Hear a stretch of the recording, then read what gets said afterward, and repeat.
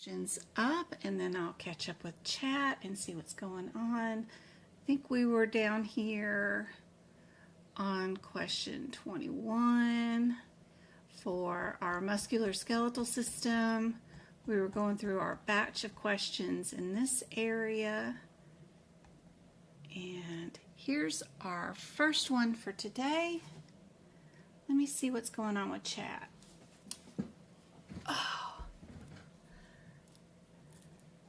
Yes, Yolanda needs to work on musculoskeletal is one of her big areas, and E&M, and we will get her to passing for sure.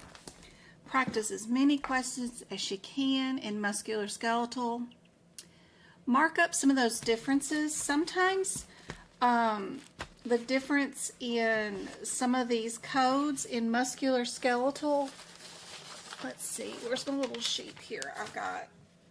We need to make sure you've got the differences between cervical and thoracic marked, lumbar and sacral, of course. Are you doing an incisional? Are you in the middle? Are you external? Are you internal? Are you proximal, middle, distal? Are you intra or extra? Are you upper, lateral, posterior, anterior, lower? Draw a line through any CPT codes and their descriptors that have anything in them that it does not include. That is always super helpful.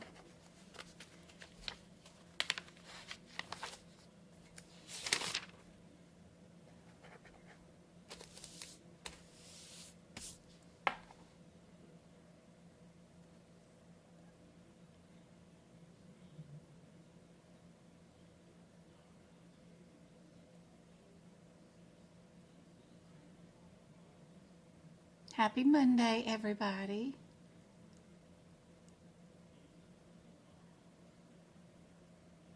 Anna's in Austin.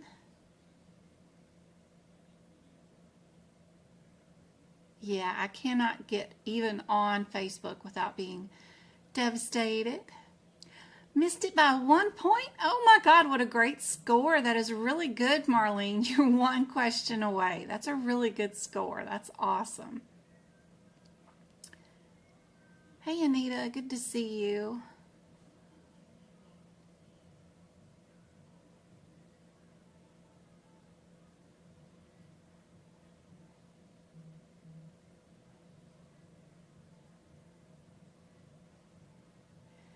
If you're taking your exam tomorrow, let's see, what are some of the new things we had down for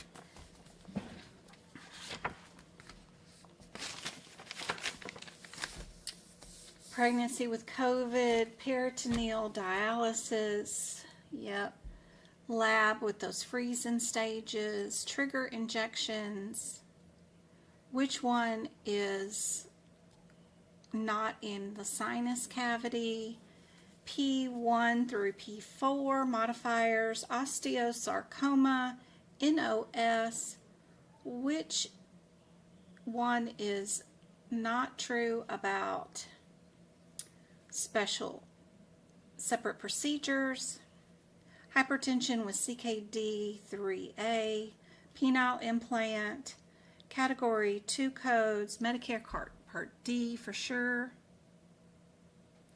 I cannot find the codes on page 882.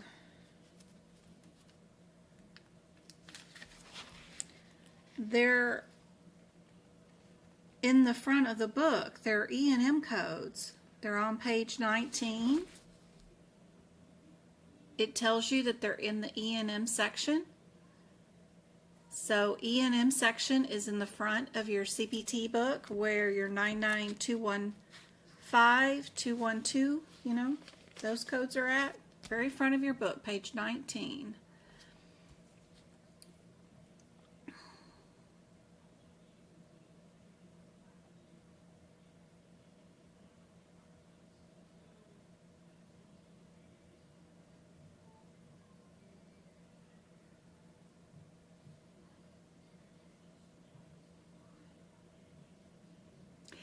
Jack is taking theirs again on Tuesday. Can you go over the process of elimination? Yeah, sure can. How do we code COVID with no symptoms? Let me find some of those codes real quick. Let me delete that. I'll delete that. And then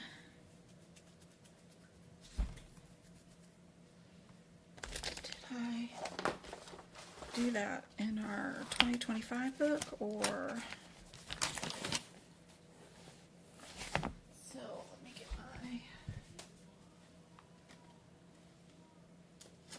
what is this one? 2022, 2024, but wrong manual. Let's see, this is 2024. Let's see.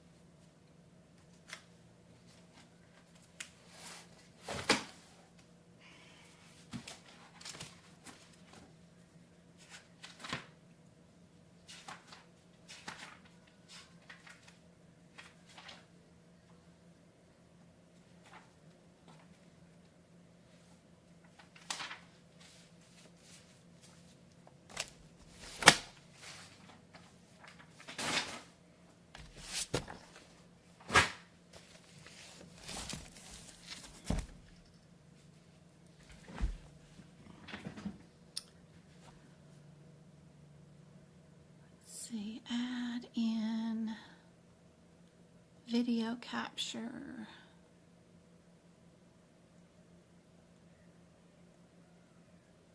And we'll do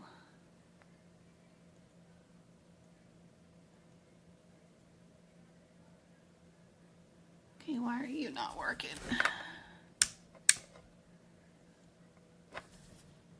Delete. Add.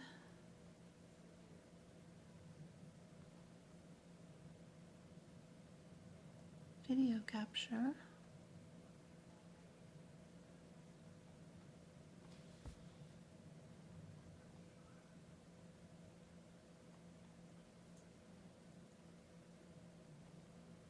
Huh.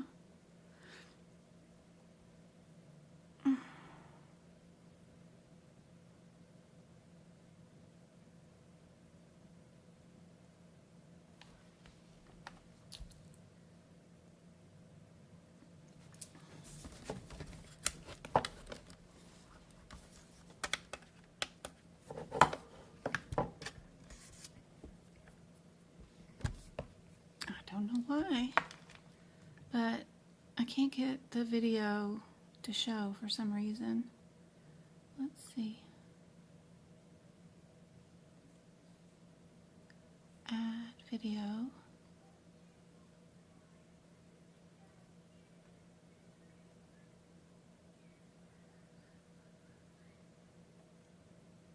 I mean, it'll show every other freaking device I have, but won't show the one that I want to work that I actually have on. I don't know why. I don't know.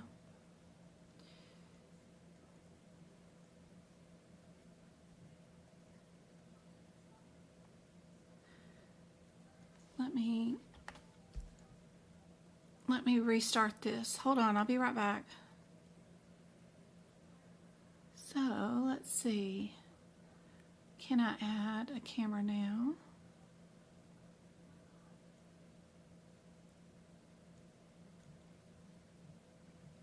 OBS has a camera. I know, but I have. Oh, you know, do I have? That's why. I have.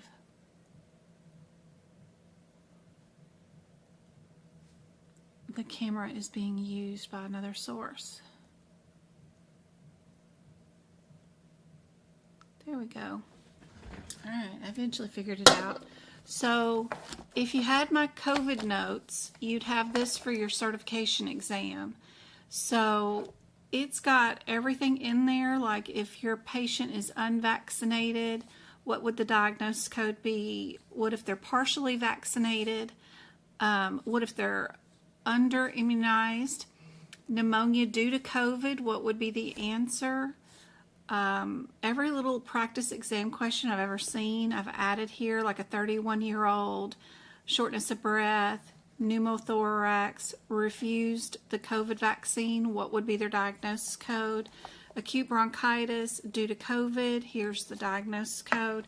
History of COVID, follow-up visit for COVID, exposure to COVID with symptoms.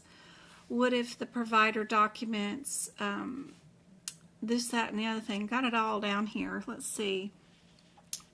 Antibody response, COVID sequela, no positive COVID test, code just the symptoms. That's what you're supposed to do. If there's a positive COVID test but no symptoms, here's your diagnosis right there. Possible exposure, rule out after evaluation, there's your diagnosis. All those kind of scenarios. I just put it all on the COVID page. That way we've got it, which is behind your Z codes. So if you ever have trouble trying to find your Z codes, they're right there. That's what I like to do with mine. That way I've got them all into one location for the exam. That way I don't have to think about it, and I can just run to that page and have all of it in one location.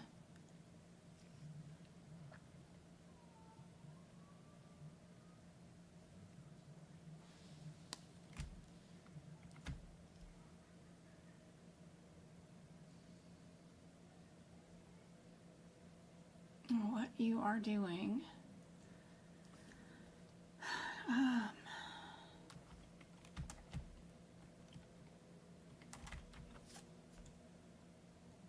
Stop whatever you're doing. Did we get this one answered? Is that for, we are not way down there. We are supposed to be up here at number 21, which is right here.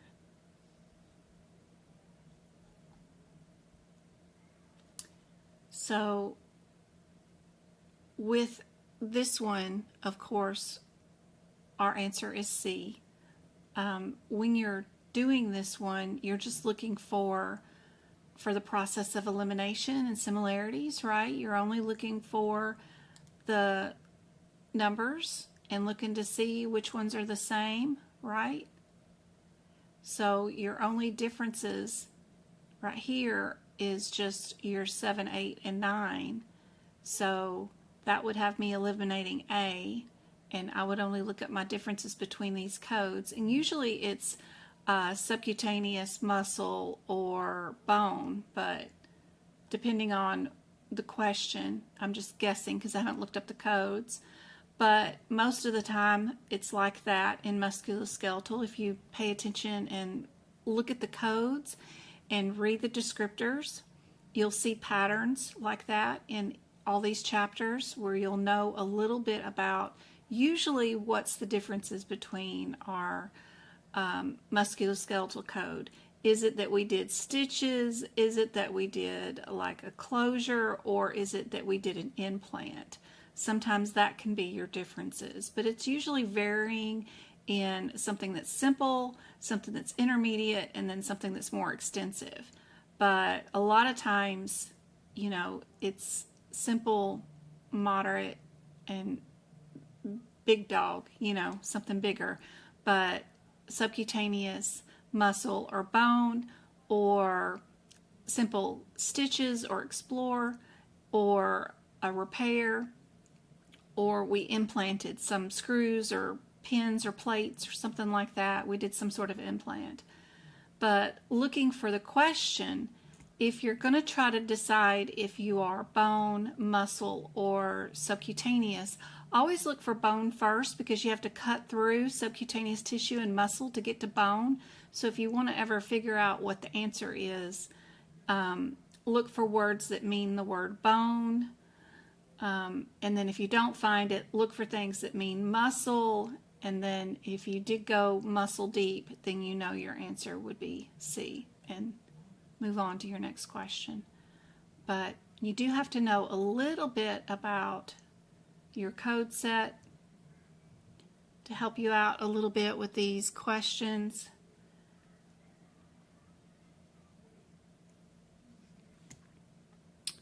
Where are we at with this?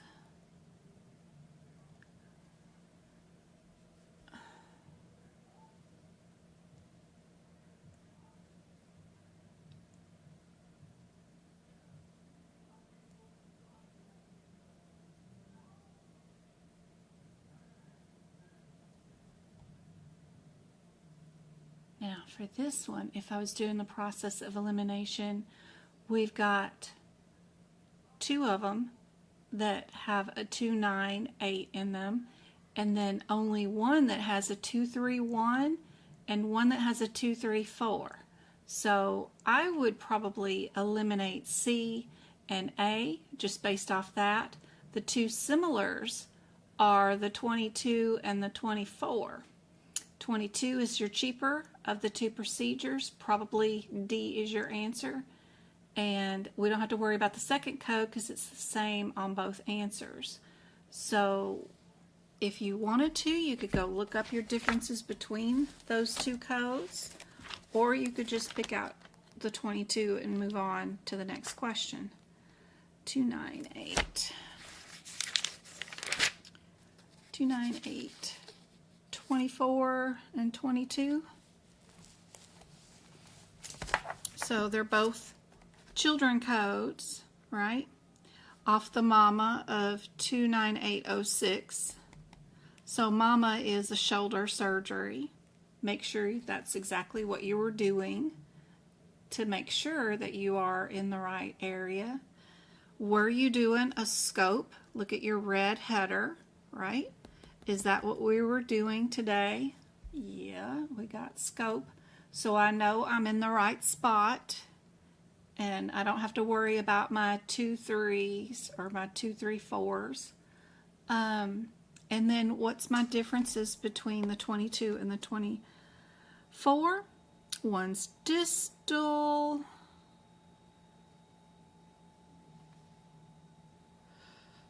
And this one includes a bone removal.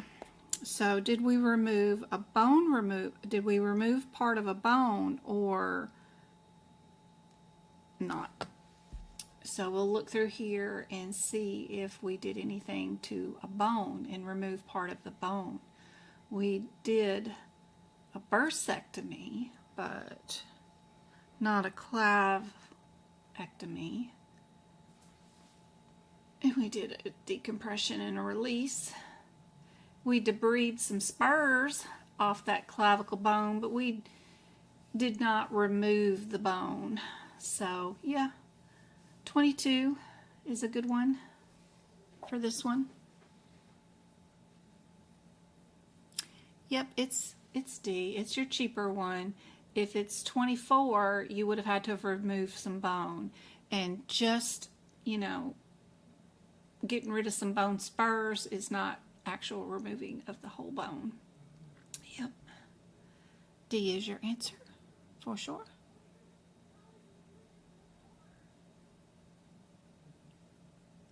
All right.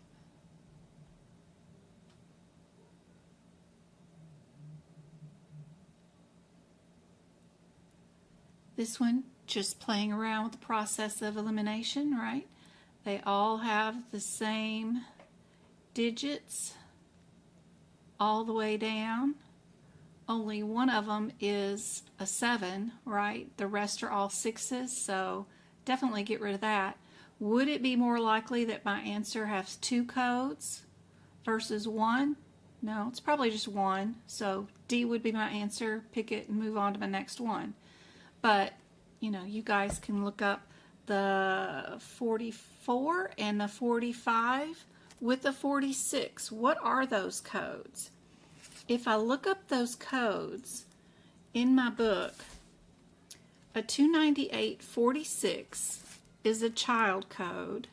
My 298.44 is also a child code under the same mama, which is 298.43. If you're going to code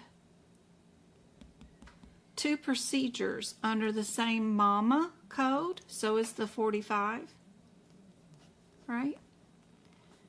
What do you have to have? You got to have another scope and another wrist, and it have to be a surgical surgery for you to do that procedure. So are we doing 2 wrists, right?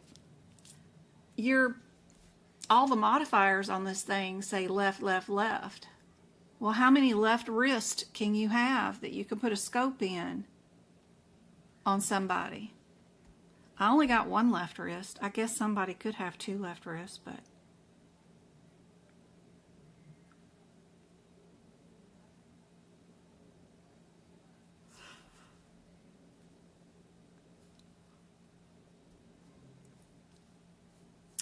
if they were add-on codes, that might be something that you could have and do at the same time. But like the 298.26, that's made to go on top of a child code or a mama code. But these codes in general are not supposed to be coded on the same day for the same procedure for the same body part, right? You'd have to have a modifier to go with it to say, this was a distinct separate procedure. We used a different scope, because you can't bill for 2 scopes on 1 wrist when, you know, you're only going into the wrist once with 1 scope. A lot of these procedures will just cascade and get more stuff added on to them. You'll start out with just a look-see and maybe a removal of some foreign body. Then you'll deal with nerve stuff or debridement, or you'll just add on more stuff as you go on, but you don't get to bill 2 different things on the same thing. We debrided.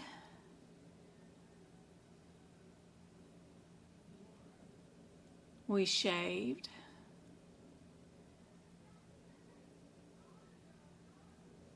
We put in a suture.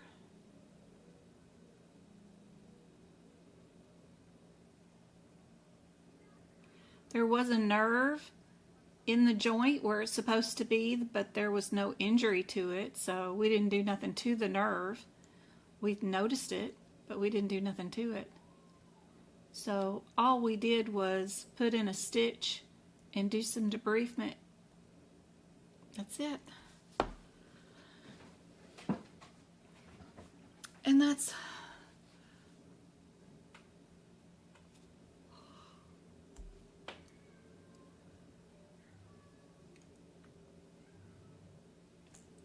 included right here. We've got an and an or where you can do the debridement with it, and that repair right there is our suture for our 4/6.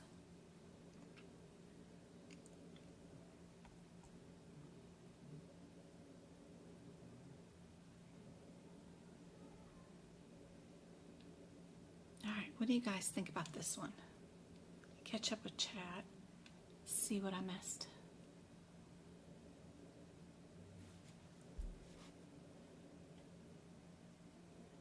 Denise is taking hers on Saturday. Good luck, everybody. Oh my gosh, so many.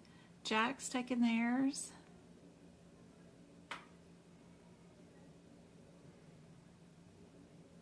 stamped on my forehead. You need it stamped on your forehead. Aw. I took my test yesterday.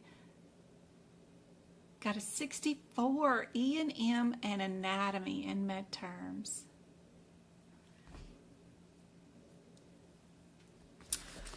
Osteosarcoma is one of them that somebody said was on there recently.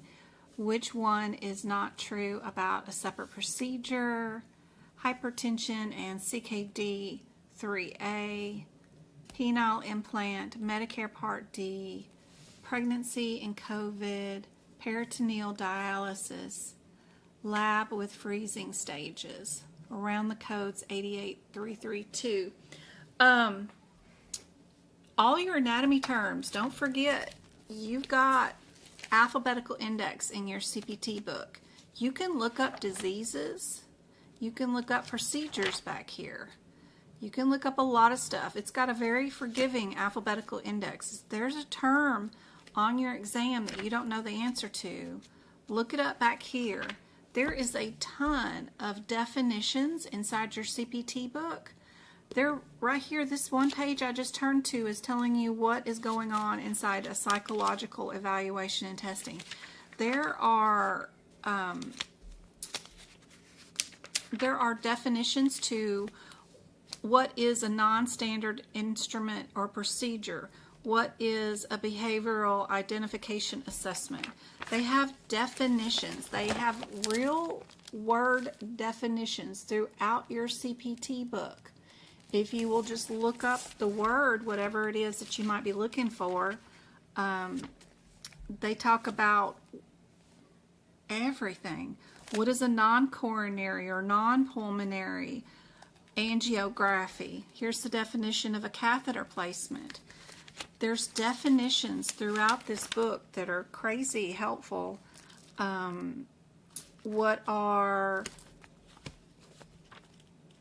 What's that page I really like? The 788.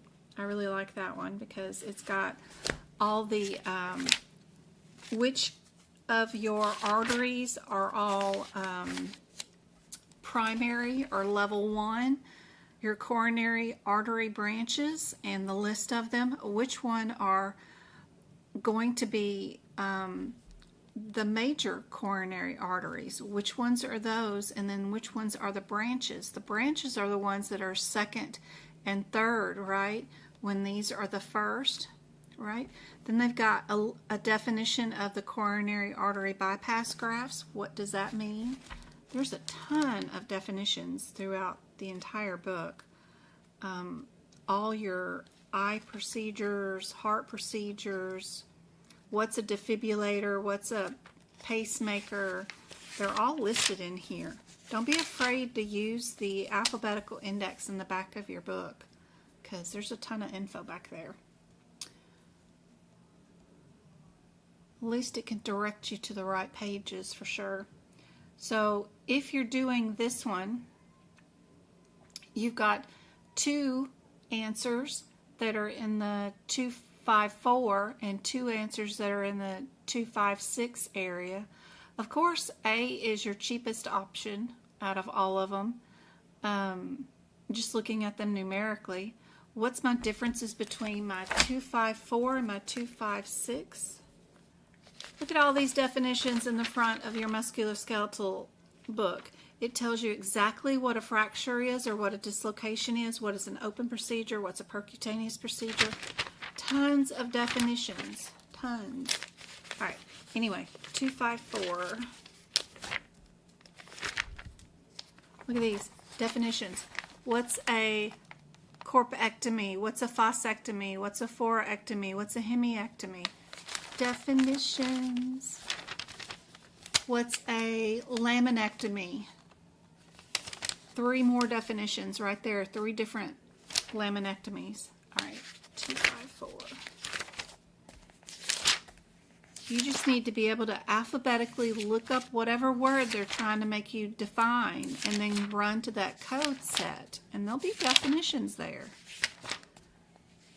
Med terms and that kind of stuff should You should be able to find those in your books, whether it's ICD-10 book or in your CPT book. You should be able to find those.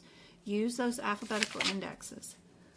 All right, 25400. 25400 might be right here, but do we need to look at it and its CPT code first? Nope, don't look here. Yes, get to the first code in numerical sequence first, but look back. What body part are we dealing with if we're a 254? You got to go find your red header. It's 2 pages back. Forearm and wrist. That is what your 254 is under. The 256 might be under a different body part. Some of them are, like we've switched over to hands and fingers if we're in the 260 area.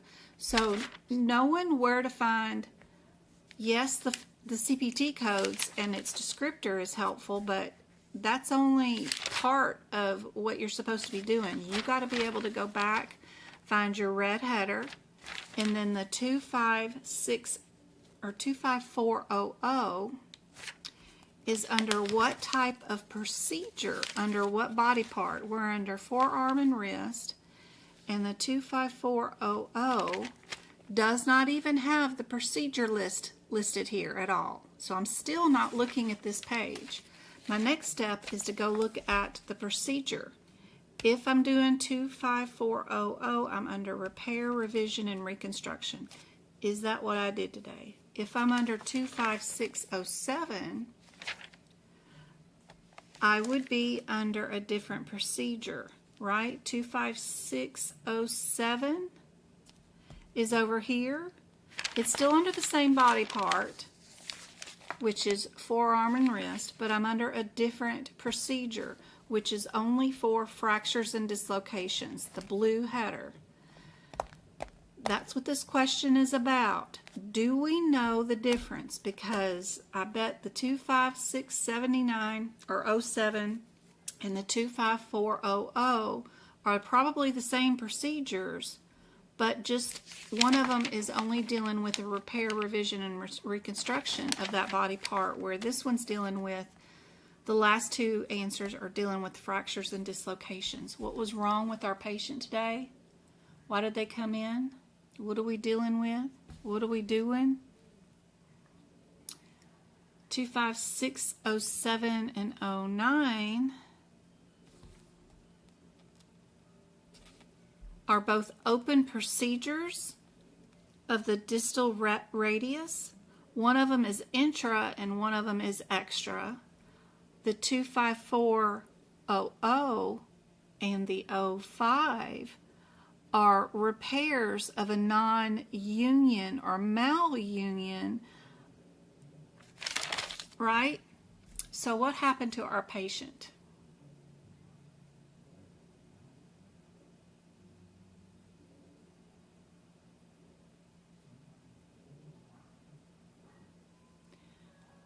They have a malunion. Their repair of their fracture did not repair right? So they're having to go back in, and this isn't like the initial fracture. This is a fracture that didn't heal right. So we will be in the 5-4 area and not your 5-6, right? So my difference between my 5-4 and my 5-6, or 05, 00 and 05, is whether we used a graft or not, right? So did we use a graft? A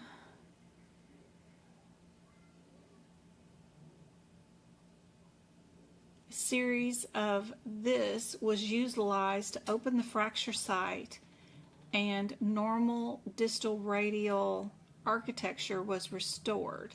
They used a pie plate and some screws and pins.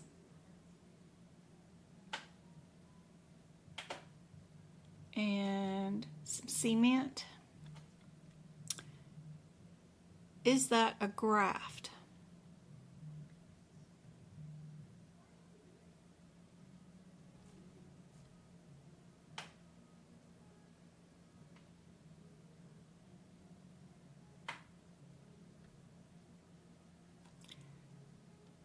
The fragments of the bone were secured and packed.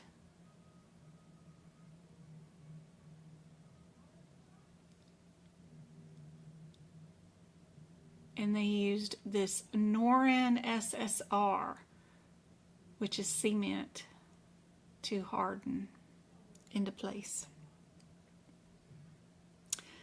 None of that is a graft. So you know your answer is A with that one.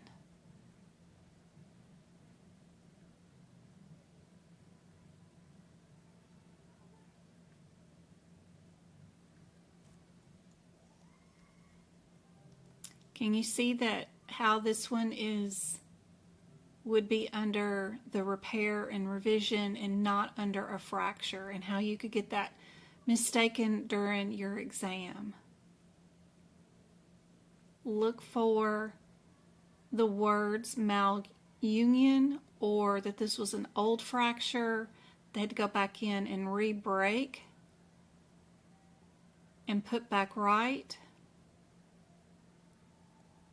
And you'd know you were in the 254 area and not the 256. They did not use a bone graft from the iliocrest or something like that. You would have seen that they had to harvest some sort of, sometimes they use cadavers and stuff, but that's what they would have done if it was going to be the 05. But because they did not, they just used cement and pins and plates, then A is our answer.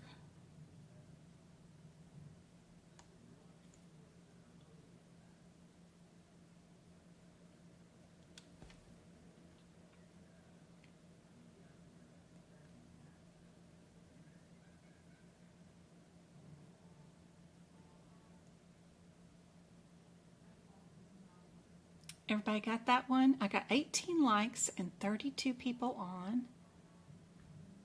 I hope you guys can hear me.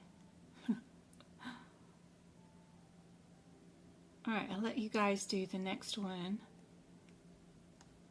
with the process of elimination. What do you guys think would be your answer with the process of elimination? What do you guys think? What would you pick as the answer?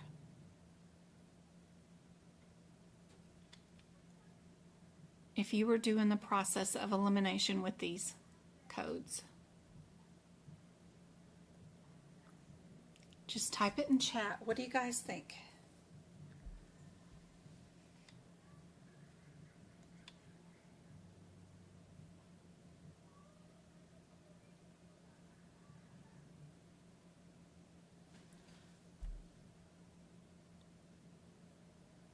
I'm taking my next Tuesday. Yep.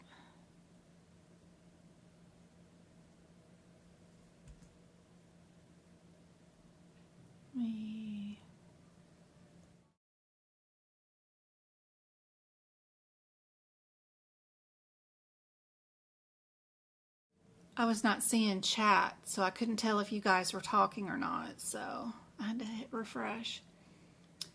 All right.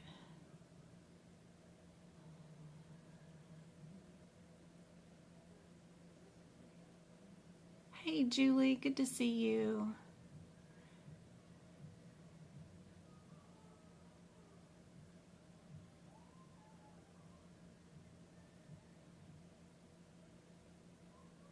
Yeah, after you explained it, it makes more sense that it falls under repair. Yeah, okay, good. Hey, Anita. All right. Anna, I agree with you. So, like, if we were doing this, we've got 2s all the way down, 4s all the way down, 5s all the way down. Then the only 2 that are similar is the 2 3s, and then the only difference is the 5 and the 8.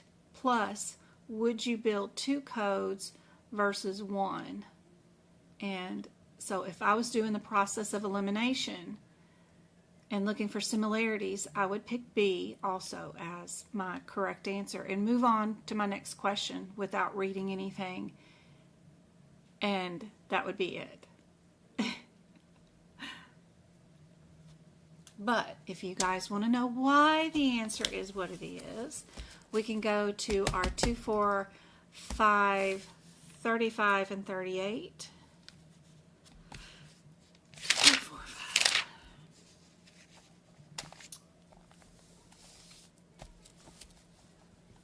2, 4, 5, 35, and 38. Then there's also the 82, which is over here, and a 66, which is up at the top. Now, I know all these are under the same procedure header, right? Okay, fracture or dislocation, which is my blue header. But I still like to, and it's a waste of time probably, to go back and look for my body part. I just have a habit. I can't move forward no matter what. It's just, I don't know if it's an autistic trait, but I have to go back and look and make sure. Okay, my body part is humerus and elbow. Is that what my procedure is? Which is stupid because all the answers are underneath the same procedure, which is all underneath the same body part. It's silly. Don't waste your time doing that. They're all underneath the same one, but I have this tickle in my head that it will not let me do that. I have to go fracture, and then I have to go humerus and elbow. Anyway, so I'll go to my exam question and look for the body part and make sure that it matches, which is stupid because I'm sitting here wasting time. I don't need to do that because all my answers are underneath the same procedure. But here I am doing it. It's just, I can't overcome it. The 3, 5 is the first one in the numerical sequence. It is a child code. I can't do anything with it. I have to go to its parent code, which is the 30 code. So the 30, right, is your parent, and it is a closed procedure.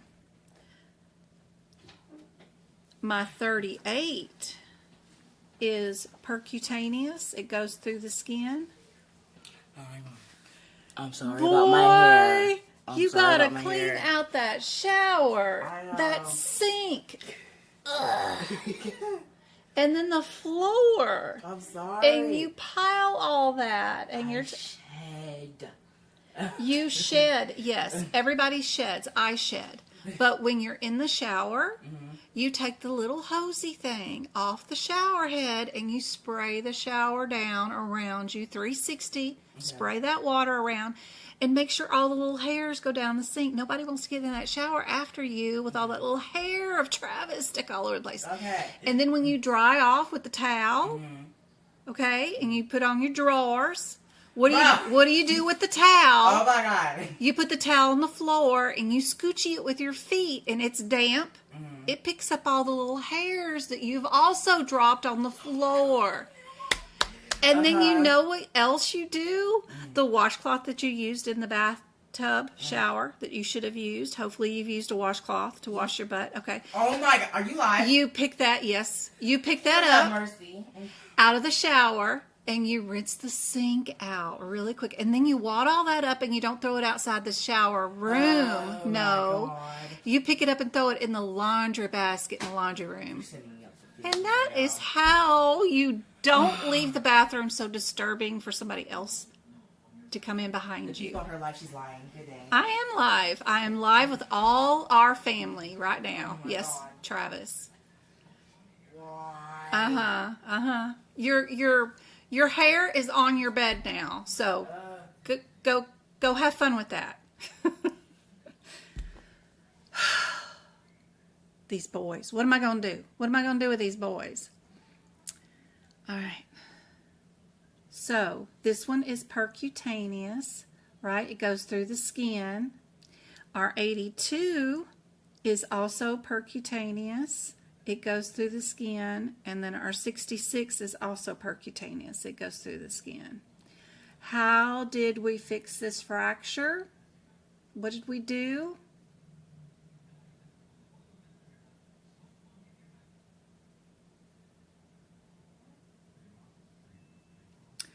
We used a scope for guidance. When you use a scope for guidance, Are you doing a closed procedure? Nope. That is percutaneous. We're going through the skin, right? What's my differences between my 3/8, my 66, and my 82?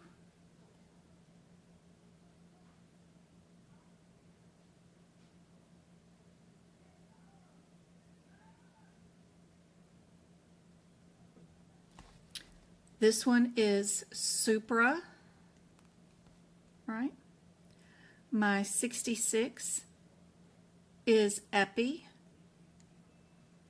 And my 60, or is that was my 66, it was epi. And then my 82 is chondral, chondral. One of the cool things that the book has in the front is your directions and positions, and I really love this second box that's down here that's got anterior, posterior, superior, inferior, lateral, distal, proximal, medial. I mark all those differences with color codes, right?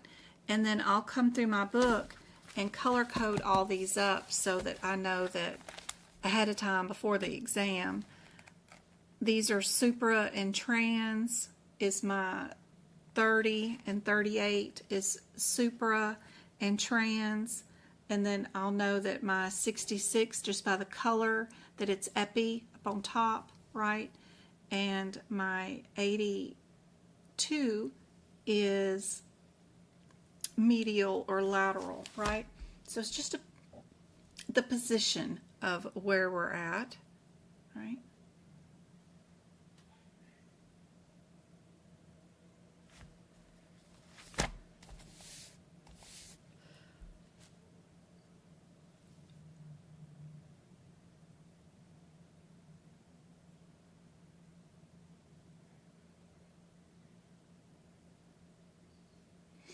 And we've got our matchy match right there, our supra.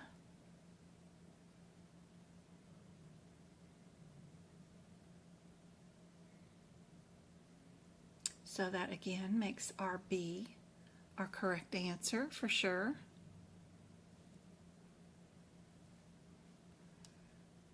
But if you don't want to go through all the stress of looking through the exam question, you can play around with this process of elimination, similarities. Play around with it, see what you get right. What about this one? What do you guys would get with the process of looking for similarities?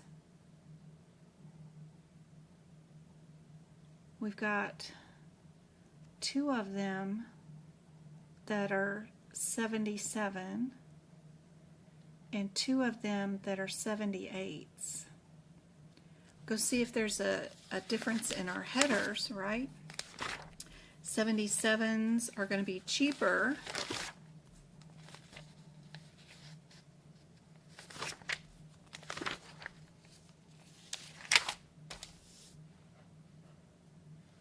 $84.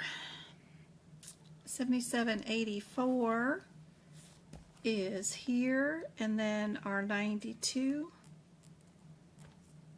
is right under it. What body part are they under? Can't help it, gotta go back and look. Leg, tibia, fibia, and ankle joint. We're under the procedure of a fracture or dislocation. Where are my 78s? 14 and 23 are all under the same procedure. So cool. We don't have to worry about all that.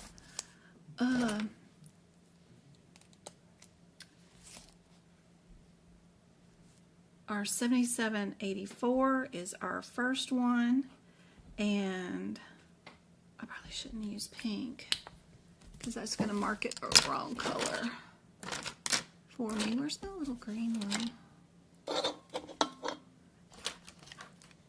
And then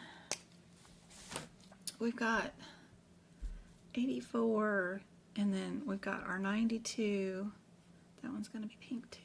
92 And then we've got our 14. This is just all black and I can't do nothing with it. And then our 23. I like looking at these codes with my notes. Okay, open procedure, open procedure, open procedure, and open. Our 23 is a child code. You can't do nothing with it. The first thing you got to figure out is if it's open or closed. And that can only be found from a parent code. So the 7823, you got to go look at 7822, make sure they're all open. So they're all open. The differences are you proximal on that tibia? Are you distal, right? Are you bi, bi, or are you tri? Are you at the 3 mandibular area? So proximal, distal, bi, or tri. Where are you?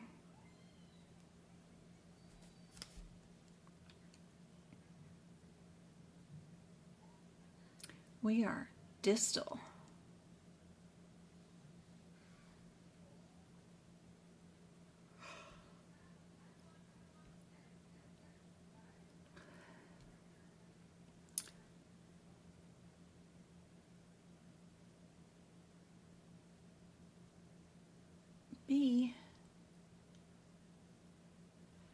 B is looking really good. What do you guys think?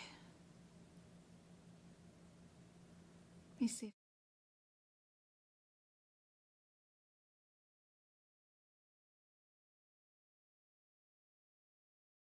Okay.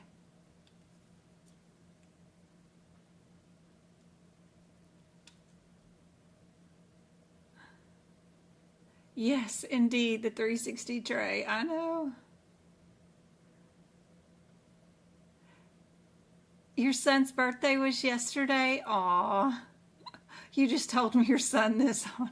His birthday was yesterday. Oh, gosh. Yeah. Too funny with your words. It's okay, Travis. It is not okay. He had his hair all in these twists, you know. They take them and then they braid their hair and then they twist the two ends. Well, he pulled all our hair brands out and pulled all of his hair out. And then he took a shower and he left all that hair. Oh my God.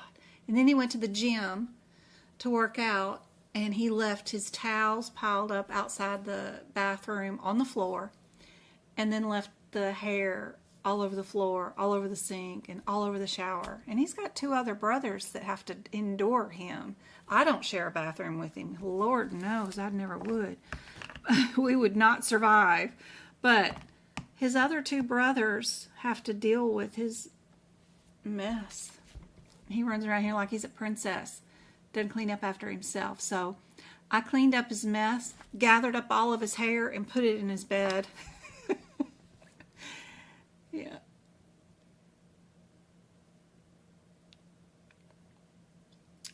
Oh my God, I made my son purchase a duster to get all the hair off the floor. He leaves all the towels on the floor. Jeez. It's in their DNA or something. It's silly. One and done. Yep, that's right. Yes, we are alive. No chat on the screen. Closed. K-wires. Scope. I'm bad at definitions. Jen, are we go with the chapter of the group when eliminating? So we go with the cheaper of the group when eliminating. It's one of my considerations. It's something that I consider. I think about it, you know. A lot of times the answer is the cheapest procedure. Now, in this particular answer, our cheaper procedure, I think, is the 84. They're both open procedures, and they're both internal fixations. Technically, all of them are. So technically, they all wait as far as paying for anything. The 23 one, the 7823, is probably more expensive because it includes an extra fixation. But the 14, the 92, and the 84 are all the same exact procedure. It's just different areas of fracture on that bone. So technically they all cost the same. So there's really no cost difference between 84 and 92 technically, but in general, most of the time when you're dealing with CPT codes, usually the smaller the number, the cheaper the procedure is. But on this one, A, B, and C are all costly the same amount. They would cost the same amount. It's just a different part of the bone that was fractured. And you just needed to know, were you proximal, distal, bi, or tri? And you could only find 23s, whether it was tri, bi, or where the position was, by going to look at 22, which is the mama. Also, 14 and 23 are on the ankle. I guess they're all on the ankle, right? The 84 and the 92, fibular, they're on the side. You got that, people, you know, are you dealing with, you know, ankle is a tricky spot because you've got the two bones that go down into the joint that makes an ankle, but those bones go all the way up the leg, you know, right up to the knee, so it's a little different, tougher area to code. But the cool thing is with this question is what was broken, right? They do say, sorry, up here, ankle, right? But when they describe the fracture, it's all fibula. Fibula, fibula, fibula.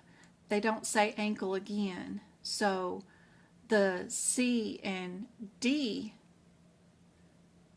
right? No, 14 and 23. 14 and 23. A and C are ankle fractures, where B and D are fibula, right? So that's one of the things that they like to do in the CPC exam, or especially the COC exam, is they will describe something in a narrative, but then when you go into the op note, it's different, right? They're repairing something that they didn't say in the narrative for this kind of reasons. Technically, it wasn't an ankle fracture, it was a fibula fracture. So technically, which is, you know, it's all related because they're all combined. But if you know your differences in your CPT codes and you've done the markings of those. So this is a plain book. Where's my, I redid that in 2024. I will not be doing that section over again because it was a nightmare to do that time. Ooh, just because there's so many freaking codes to do, I will not repeat that section again in 2026. I can guarantee you that, because that was a nightmare to do.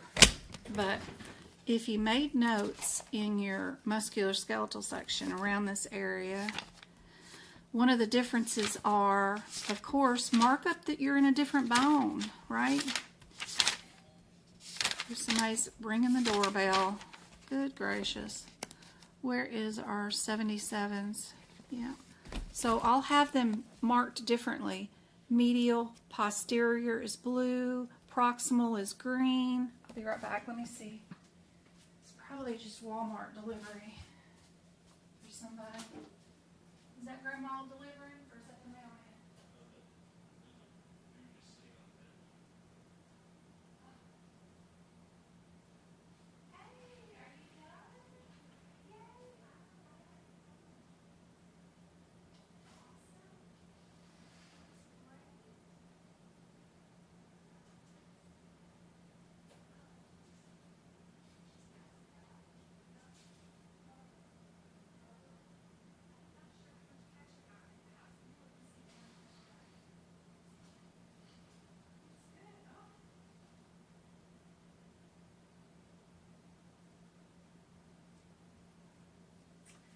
is the repair guy. I forgot he was coming. He was supposed to be here yesterday and he didn't show up. And he fixed something for my mom. We had a rainstorm and her little thingy that's over her door got myrtleated by an ice storm and killed. Okay, so I got 80 in cash, but I don't know. I'm sure I owe him more than that.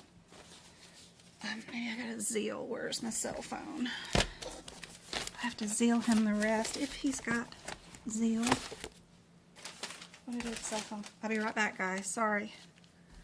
There's notes to look at. Oh, and let me give you all the next question, too. My mom might have some cash, too. Here's y'all the next one. Work on your process of elimination. Okay?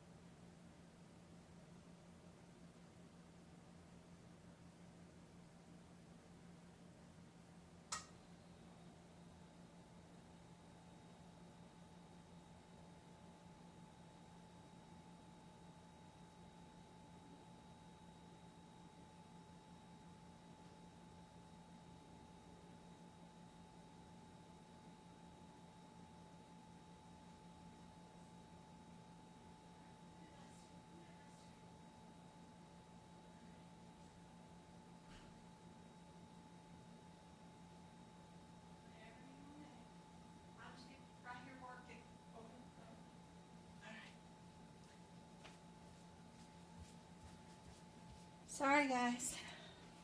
All right.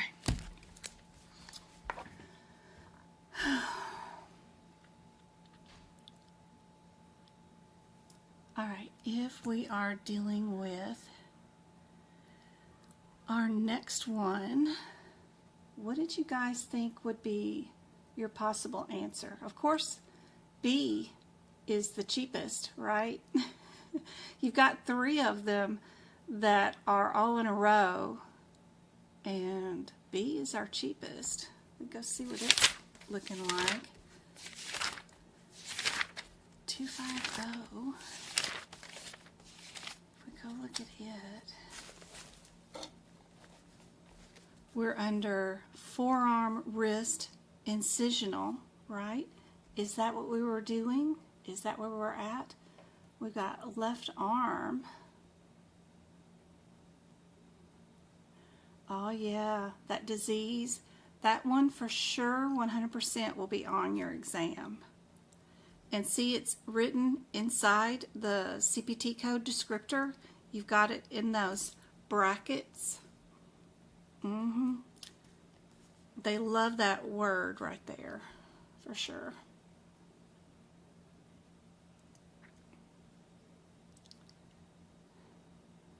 Nosy in chat again. Oh, sorry. Question on Practicode. On a case in the ER, which I coded for the E&M, but I get the wrong and not coding EKG separate. Why is that? Which case are you doing? Do you have the Practicode code? Like there's, let me see. Log on real quick. So inside Practicode, there's nothing more frustrating than Practicode, let me tell you. Ooh. But they all have a OPD number. What is your OPD number for that case? Do you happen to know it? Because then I could look it up and bring it up. If you're billing for physician services, then you're only billing for what the physician did. If you're billing for the hospital, what the hospital did, like MRIs, EKGs, stuff that they provided, then you're billing for that. So you got to be careful. Who are you billing for is one part of it, which I had the awfulest time trying to figure that out.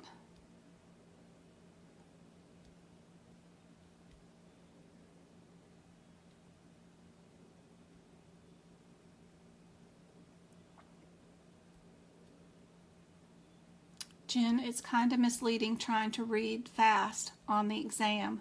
One could easily miss on that question. Yep, you're absolutely right.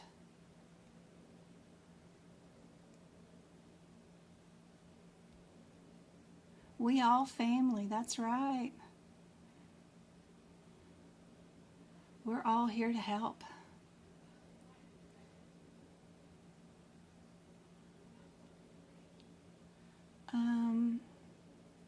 Julie, she was asking about one of the... It's hard when the clock is ticking, it is. But the more practice, Donna, the better you'll get, especially in these areas. I know from repeatedly doing these types of questions over and over again what I need to look for in the exam question if I'm coding this section, because I've done a lot of practice questions in this section. If it's brand new and you don't know anything about these codes and you didn't know there was the same fracture on the same part of the leg, you just didn't know if it was distal or proximal or bi or tri, right? That's harder to know what to look for in the exam question, but the more practice exam questions you get, the more you learn about the groups of codes and what you would look for in that exam question.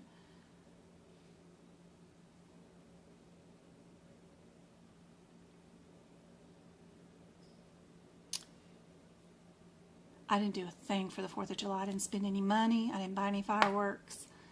We just sat in the house. I walked outside once and watched one of the neighbors shoot off a few, and then that's it. We didn't do nothing.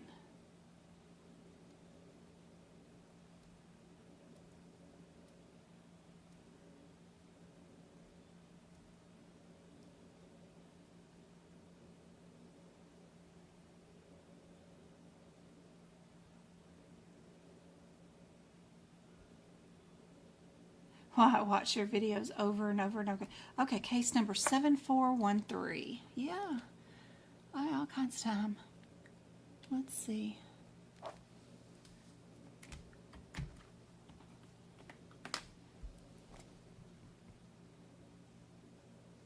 Oh, stop with that.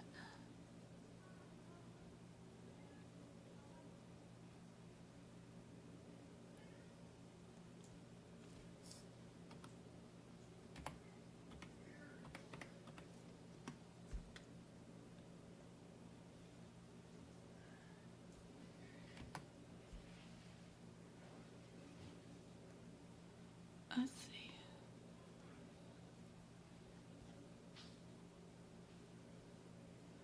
Um,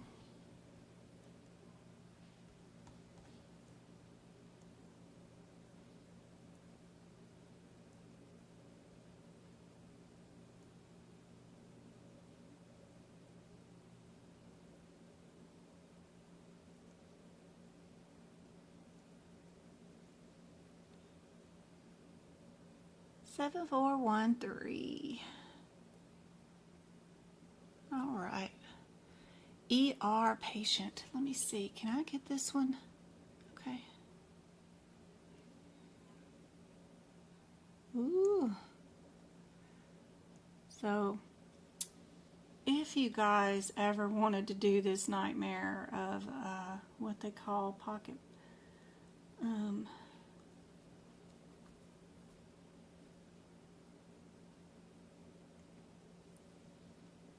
what they call pocket prep. Oh my gosh, it's such a nightmare. Am I in Word? Yes, I'm in Word. So we're going to switch this from that to Travi, his sponsorship. I was working on that. Okay, can I do a new? Okay, so let me switch this to, it won't let me do that. Okay, let me go back to Travi. And can't I go down here? Okay, here we go. So this case, view, I just want one page. I don't know why you think I want to see 4 pages of anything, but this is what the case would look like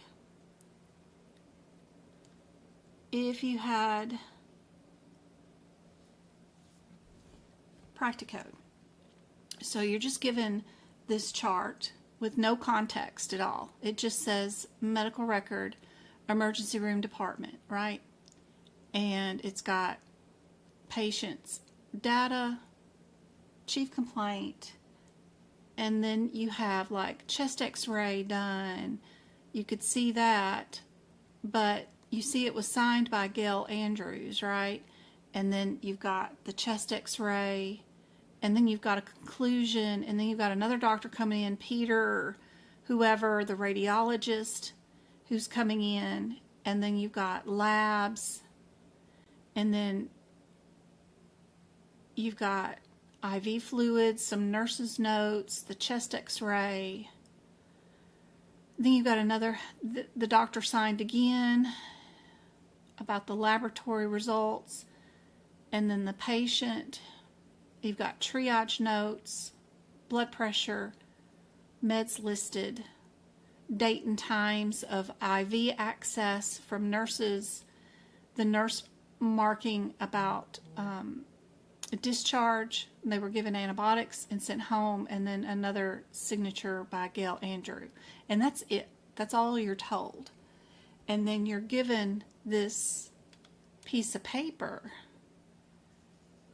that says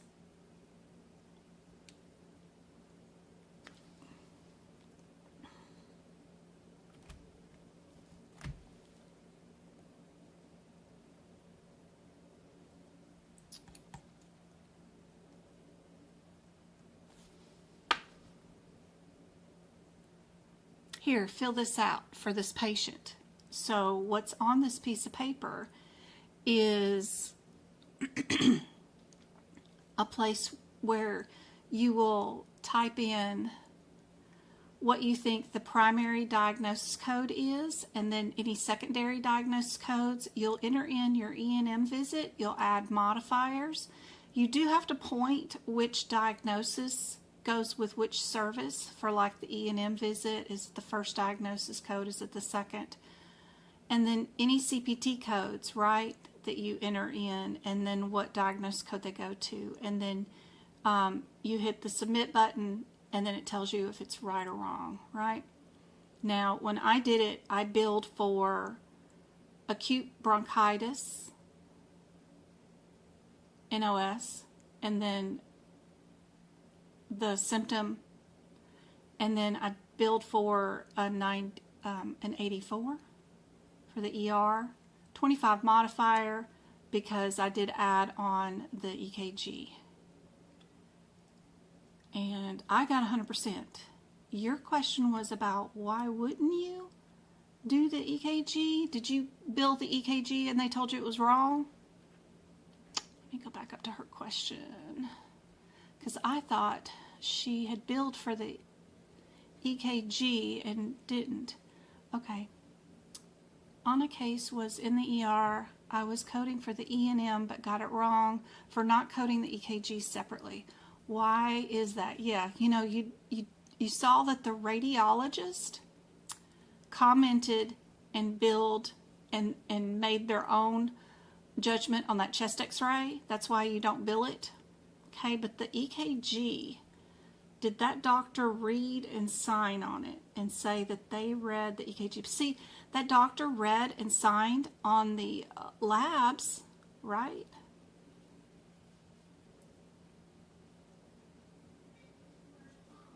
I'm back here working, Mom. What's up?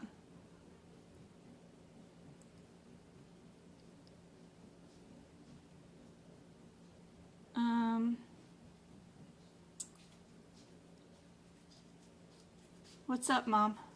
I was bringing you some more money. Oh, more money? Because he's doing more work? Yeah. He only asked for 60. I gave him 100 so far, but we got added him on some There's more another work. 40. Because we added on some more work for him. Perfect. Yeah. Okay. Okay. All right, awesome. Cool. Thank you. Got another here coming kitty. I know. Don't trip over him, Lord. Yeah, Lord. It's all we need. Lester almost got me one day. He was running. He likes to run to the door. I don't know Yeah. why. You don't think that cat can move, but he can move when he wants to. Yeah, he can. All right. Did this doctor read the EKG? Labs, EKG time. Right here, you can see that the doctor signed their name right after that EKG result. So, if the doctor puts their name right next to that, then you're billing for it, right? The chest x-ray, you could see that it was signed by a different doctor, so that's why we didn't bill that. And then the labs, there's no doctor signing on those labs right afterwards. So what I found that is if you follow the path of the MD's name, and like right there, you would bill that because that doctor's name is right there beside the results. But you wouldn't bill the chest x-ray because there's a different doctor right there at the chest x-ray result, right? So that's how I knew to bill for the EKG But it's hard to know whether you're billing or the hospital would bill for this kind of stuff sometimes. It really is. But I do have all the cases listed, just like this, with a screenshot of what the final answer is, whether I got it wrong or right, if you wanted it. Also, too, you know that you can go into the little boxes where it says the detail words. Let me click on that and see if I can find it. Right? Sometimes they're helpful, sometimes they're not. Shift. Screen. Yeah. You can click on anything that's got the orange on it on your results after the fact, but it will pop up with another window like this and will tell you, hold on, let me get that down, tell you why. It's supposed to tell you why, but anyway, it tells you the RVU code for that. It tells me my category, my subcategory, the long description of the procedure, I don't know. And then if I go into some of the other details, did it tell me? Oh, it keeps disappearing.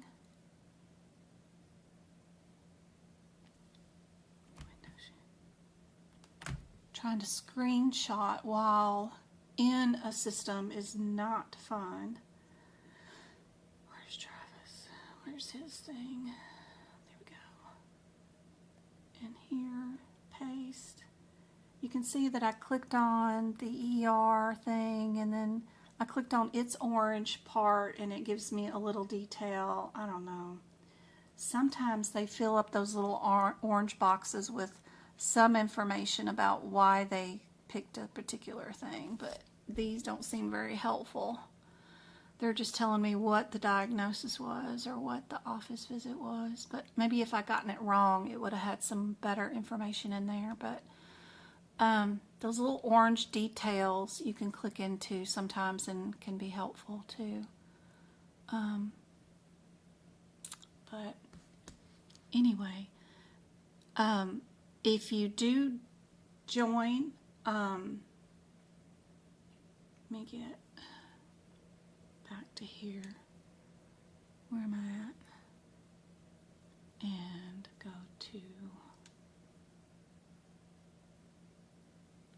this and go to YouTube Studio. No? Did that work? Where am I at? Yeah. Ooh, that's big. We can't do that. Alright. We'll go here, and we'll go here, and we'll go here, maybe. There we go. There's YouTube. So if we go to my website, Medical Coding by Jen, if you go to the plans right there, I have Practicode right here, the bottom one right there. And if you join it, when you get into that, it's got all the cases right here listed by that PDM number. And so if you're doing one, before you hit submit, you can click here on your case and then see if you've got it right before you hit the submit button. That way you don't fail if by chance you wanted to. I don't recommend you going in here and just putting in all the answers, of course.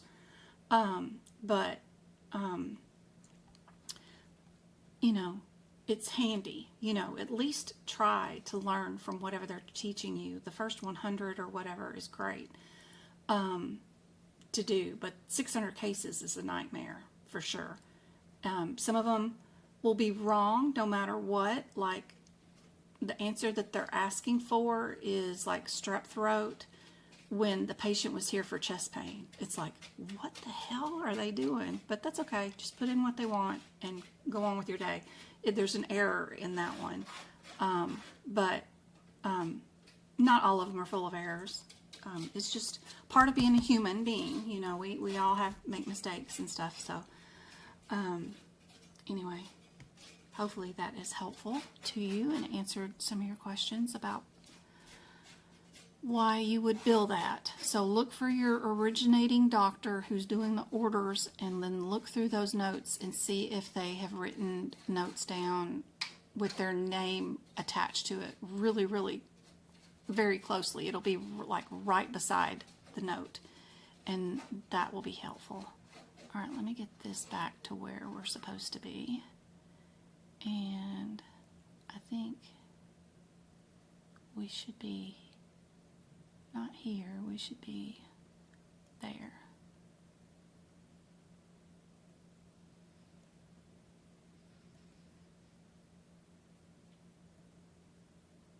Oh, it's still too big. Okay.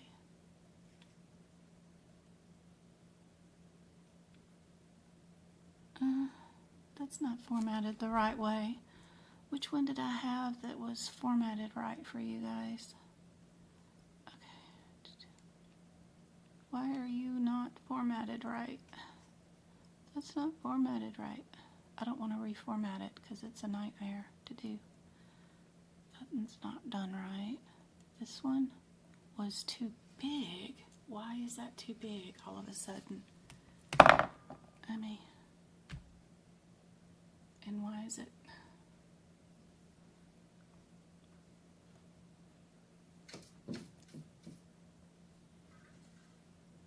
The guy came over here to fix one thing, and you know how women are. We're like, oh, since you're here, why don't you do this and do that? And I gave him more work to do. So he's putting some stucco on some missing parts of our house. My mom had a hot tub installed.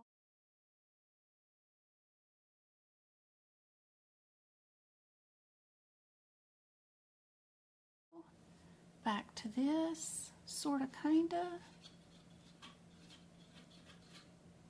Anyway, okay. He's literally right here working on the other side of my door, helping, fixing something. Okay. All right. Did everybody get B for the answer for this one? Hopefully. Let's move to this one.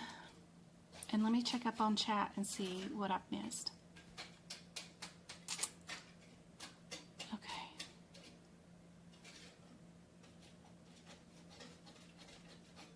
All right. Back to, oh my God, I just made my son purchase a dust buster. I love that. Okay. Cheaper option. Okay, we got Julie's Practicode. Don't be embarrassed to ask about anything. Here to help, here to help. It's hard when the clock is ticking, it is.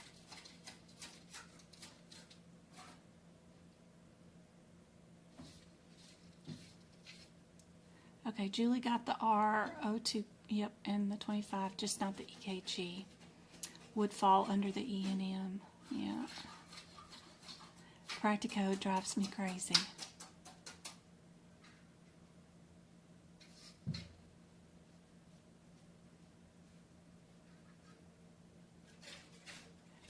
I didn't think there was any class due to the holiday. Oh, yeah. Don't do much for the holidays anymore. You know, I feel guilty about celebrating a lot of them, you know, Thanksgiving, or, you know, there's a lot going on. It's just, I don't know, it's not the same too when your kids get older. They don't want to hang out with you. They got other things to do with their own friends. So it's like, you know, time has passed. I miss the times when my kids were little and they loved shooting off fireworks, and we could have little fire wars, you know, firecracker wars with the neighbors and stuff. We've destroyed several street lights doing that, but that time has passed in our life, and now we've all moved on to other things, but we just kind of mourn those times, you know, but it's still fun to think about the times that we've had. My dad would get so excited and buy up everything he could find fireworks wise and would love to shoot off fireworks, but now that he's gone, you know, too, and then the boys want to do stuff with their friends. I don't know. All right. She was scratching her head. Does that make it a little easier, Julie, to look for the physician's signature, like right next to whatever they might review? It's hard. Usually you don't report any of the radiology, but then every once in a while I'd find them reporting an MRI when you know you haven't done it the last 10 cases, and then you report it now. Why? What's the difference? I don't know. Sometimes I couldn't find any reason or rhyme to their correct answers. I just did my best. But that one was one of the ones I remembered that, oh yeah, the EKG was, the doctor signed it right there. Yeah. So he got paid for his interpretation. Technically, it should have been billed TC for the building, and then that doctor would have just billed for the 26, right, for their interpretation of it. But, you know, ain't nothing done correctly in none of it in real life, how it's really supposed to be done. Anyway, all right. If we were doing the process of elimination and similarities and looking for what could be the correct answer for this one, the 75 and the 76 are the closest two together. So out of those two, the cheapest is C. What's going on with my codes? 230, 230, 75, and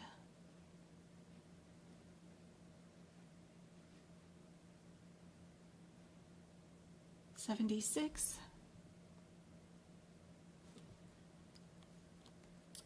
They're both parent codes. They're both under excision. They're both under abdomen, body part, body part, body part, and header, body part and header. Is that what we did today? Did we come in and did we remove something out of somebody's gut? We did a blunt dissection and cautery to remove a mass.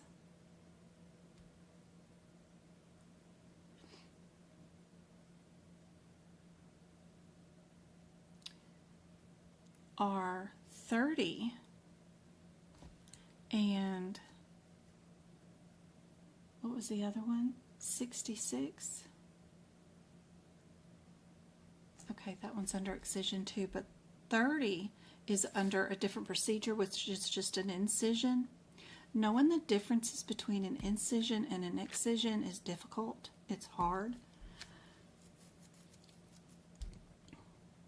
If you're cutting something off the surface, then it would be an incision.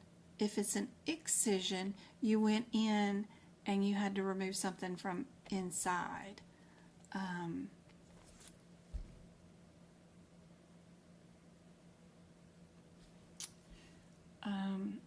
66 is a biopsy. That is not what we did. We did not do a biopsy. We removed a mass. We removed it.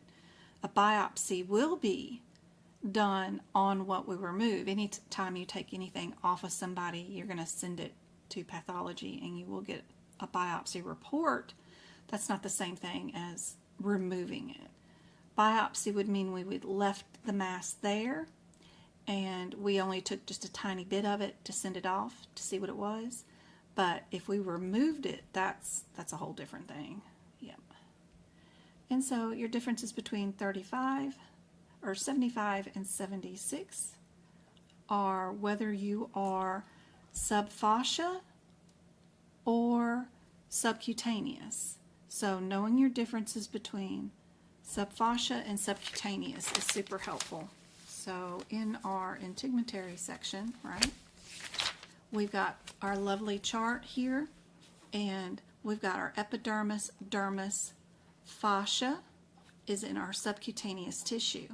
This is where nerves are listed, fatty tissue is, but I have the words lipoma, fascia, and mass right here, right at that line that's in between the dermis and the subcutaneous tissue. There's a little dash here, and from that dash down, we've got adipose tissue, we've got lipomas, fascia, and mass.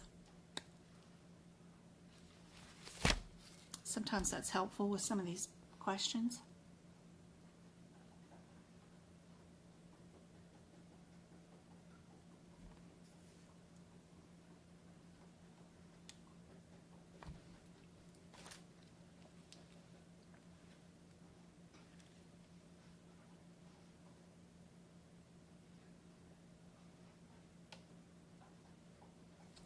He's just, see how this is a pillar to the house, one of the pillars, and you can tell that when they put the hot tub in, they took off half the pillar right there. So he's putting back the stucco stuffy that goes right there. I'm just totally distracted by that. All right.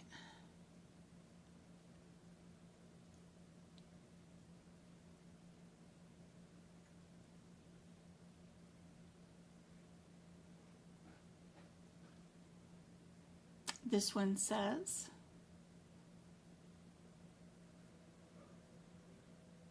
you don't have a lot of area on the shoulder anyway, as far as like huge amounts of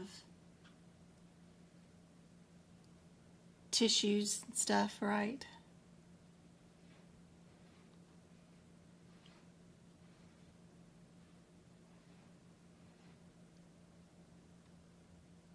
Sorry, I said abdomen earlier. We're under shoulder, aren't we?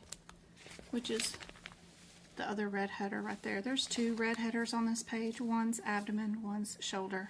Yeah, I pointed out the wrong one earlier. I cannot rewatch any of my lives because I find so many mistakes. Every once in a while somebody will point it out and ask me about it, but I'm sure every single one of my videos has errors like that in it, for sure. We are under shoulder, not abdomen.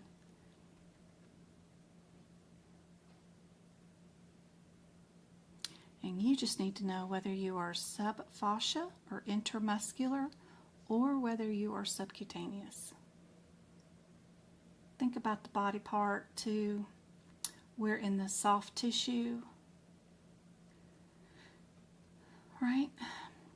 So that's what they're calling this particular tissue. Our answer is C. So one thing that would help also during your certification exam is when they call something like, see, it says soft tissue right there.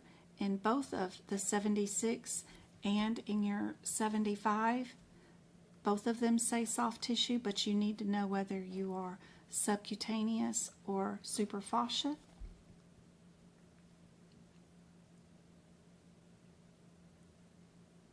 And they give you no other information other than right upper arm. Just put an example there. Right upper arm. And then you'll have an example the next time you see it.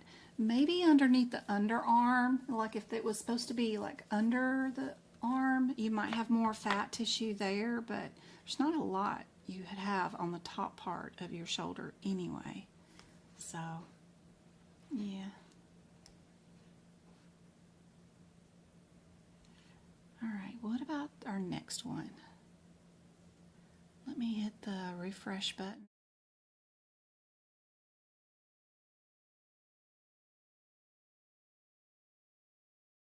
Okay.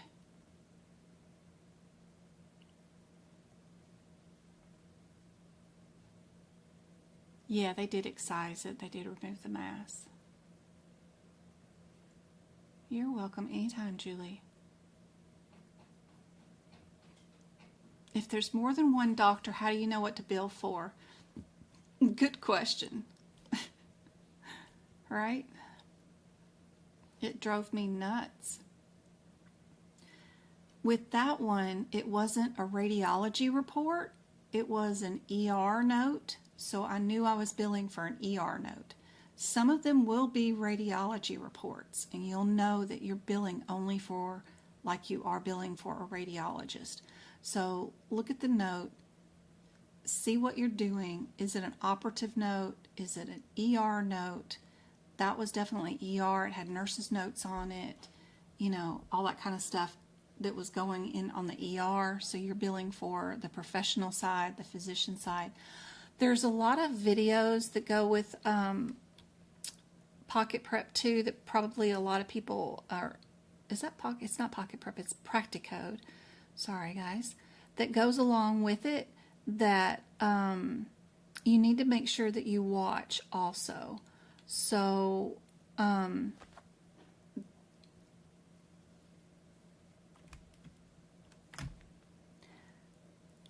anytime you're in Practicode, there's this big question mark thing, and if you click on that, it will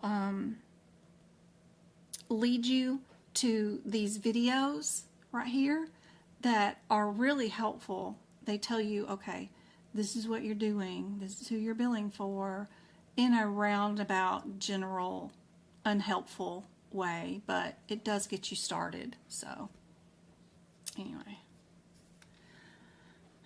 some of those videos have a little bit of information in it that does help. All right, if we're doing the process of elimination and looking for similarities and irregularities and that kind of thing, what do you guys think your answer might be with this one? What two are you eliminating and what two are you keeping?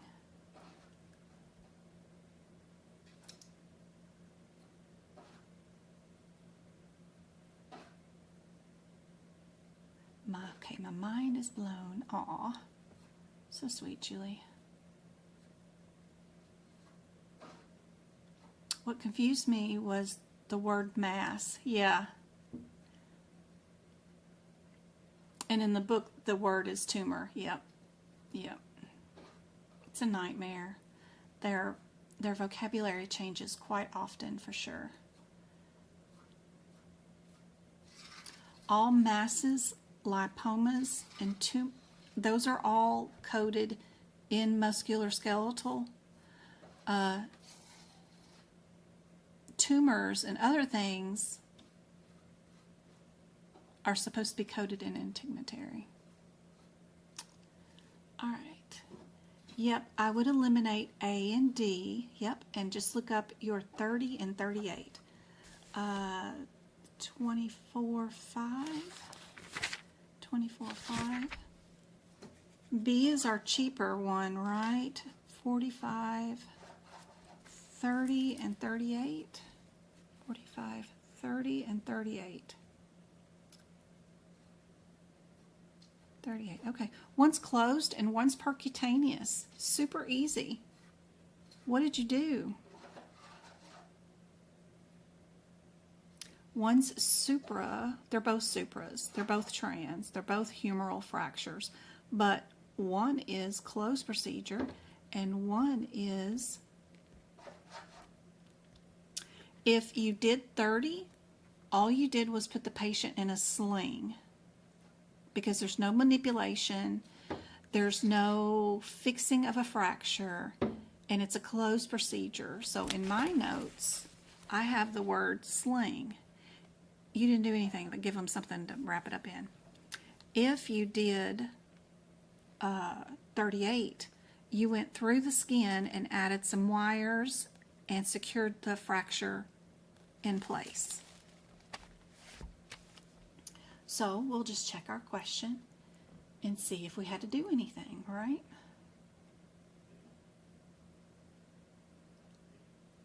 If you had to put sterile dressing on something,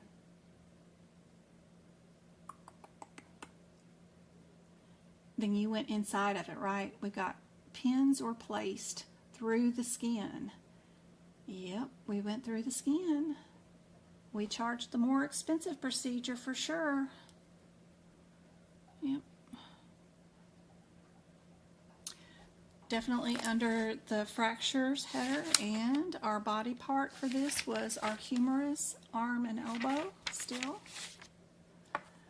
Our 45-16 was an implant.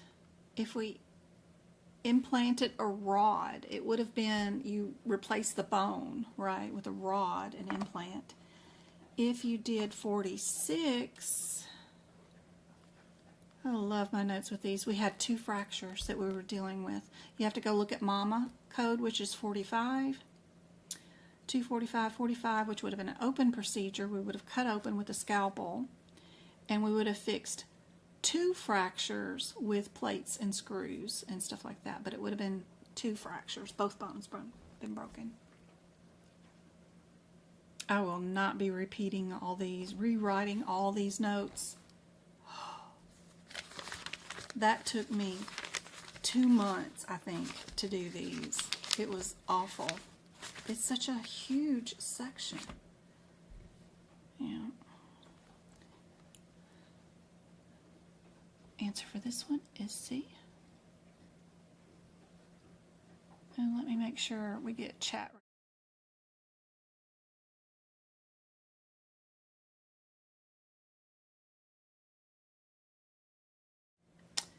And come down here to the next one. There's no reason why these are separated other than I was having formatting issues and I couldn't get Word to agree with me that there was no space in between here. It goes from B to C for some reason without thinking there's a space there. I don't know how to get it to where it doesn't think there's a space there. I don't know why.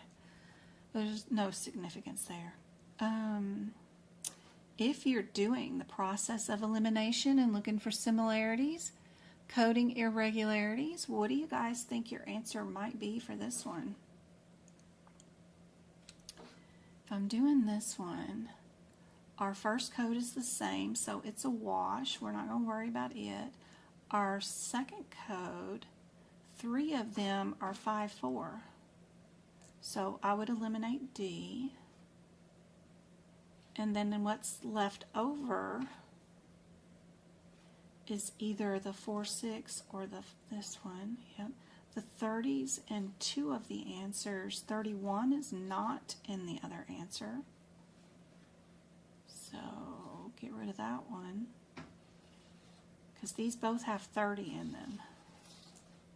I'm looking for similarities. They both have 54 in them. They both have 81 in them. They both have 30 in them. Now it's just a difference between having a 54 in there also, or whatever the difference is between the 45 and the 46. What's going on there? 228, 228, 45,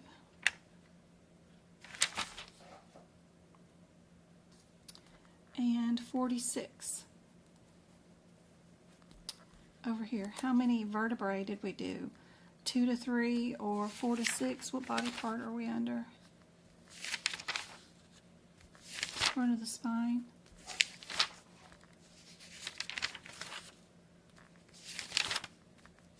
We're under the spine, body part. How many vertebrae segments did we have? We had 1, 2, 3,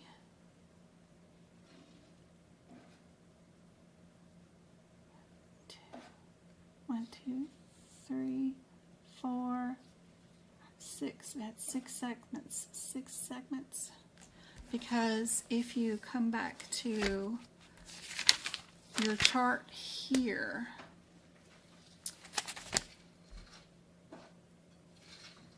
segments are each layer, each one is a segment. It's trying to show you in those pictures, right? Here's our other picture for segmental, right? Each segment, right? So we had 6 segments. So if we had 6 segments, we would have been utilizing the add-on code of the 46. So B is going to be our answer for this one.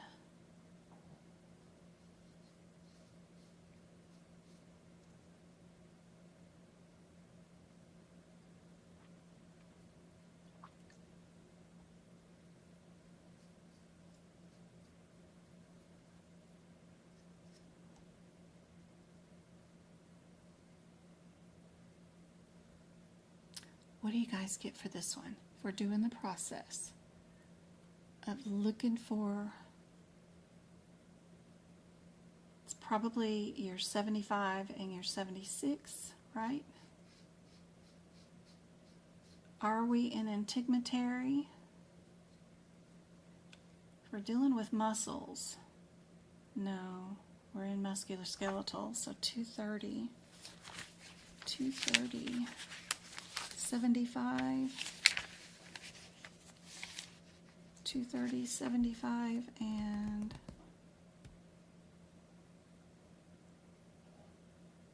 76. Did we already do this one? It's close.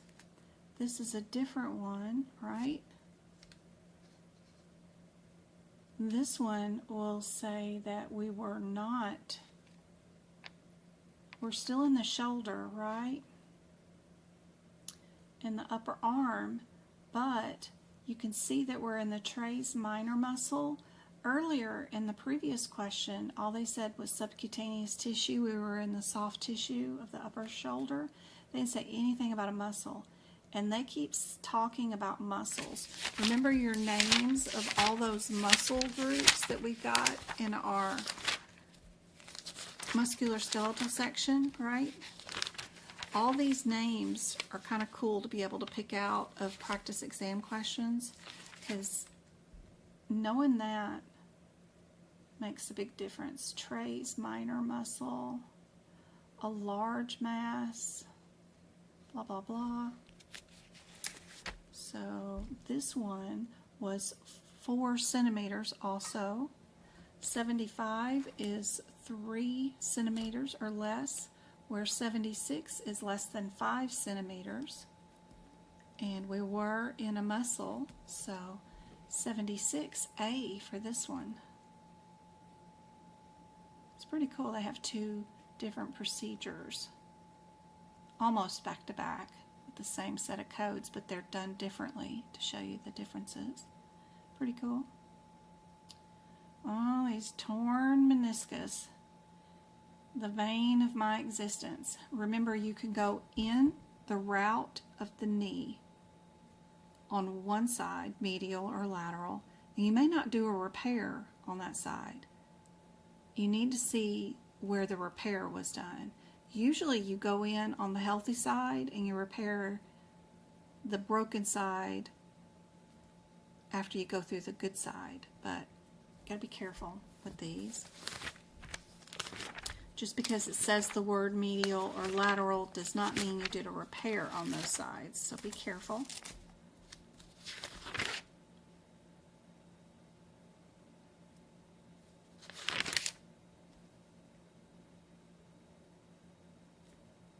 These will definitely show up on your exam, 100%. If you're doing the process of looking for similarities, right, we've got our 81, and more likely your answer is just the one code by itself, not 2.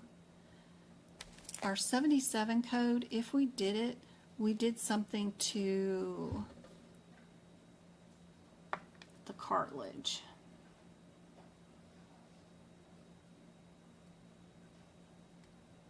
What did we do today? We debrided. We used a shaver.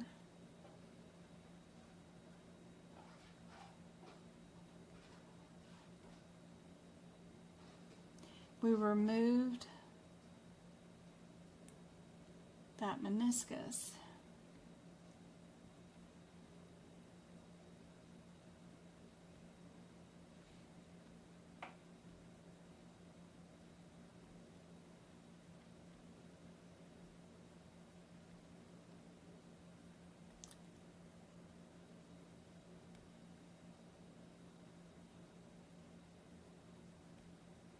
which is included in our 81, the meniscectomy, right?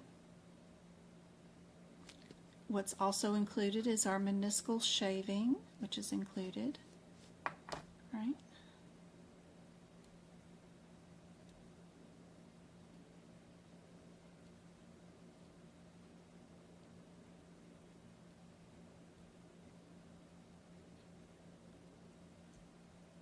This question was on your exam, Marlene. Awesome.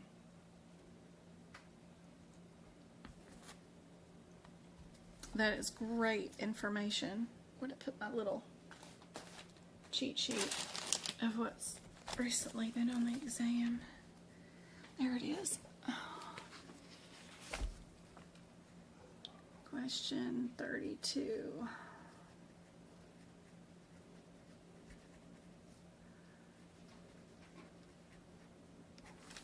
29881. So I know some people are going to take their exam tomorrow or Saturday.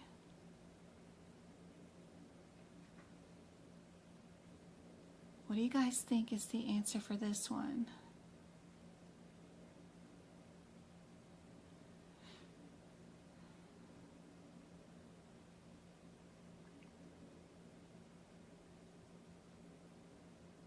We got two that start off with the same answer, which is A and C, right?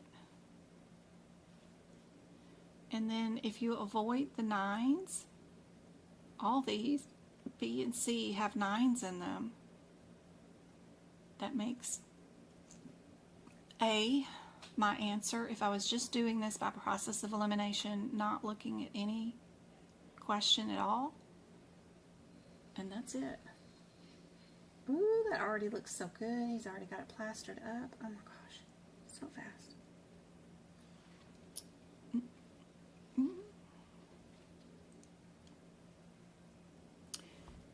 24640. 246.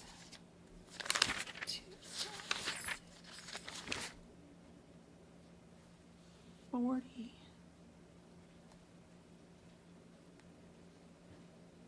Closed procedure 24665. Open procedure. The OO is up here. It's a closed treatment, just a sling. And we are under our humerus elbow and we're under fractures. So what did we have? We had a nursemaid elbow. Do you have the TV remote? What did we do today? I do not. I have not seen it. Oh, jeez.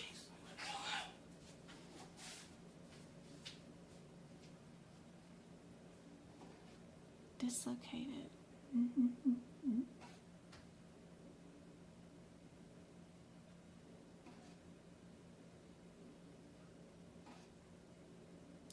All they did was reduce it.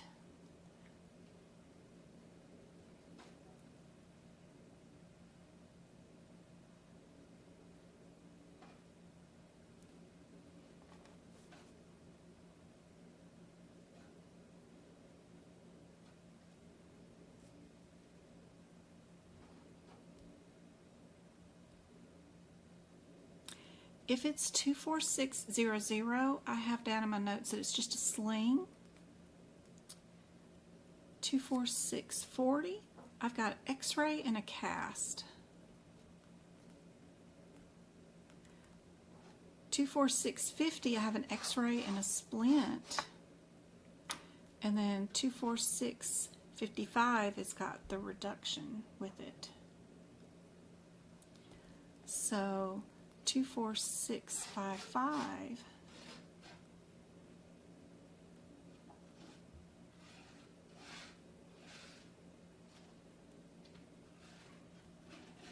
and 24640 both have manipulation in them. Both of them do. No shade, but I'm So gonna good to- take this.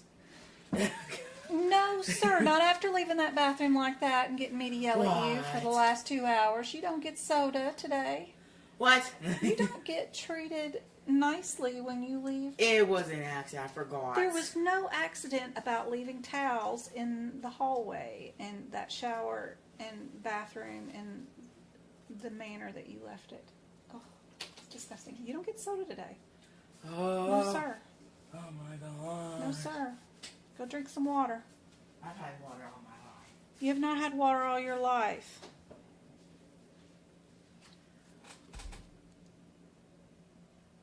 I don't allow soda in the house, and it's killing him that there's a bottle in this house. Because the delivery guy for pizza one day left a bottle, a 2-liter, which is nice, but we don't drink sodas here. It's water or milk.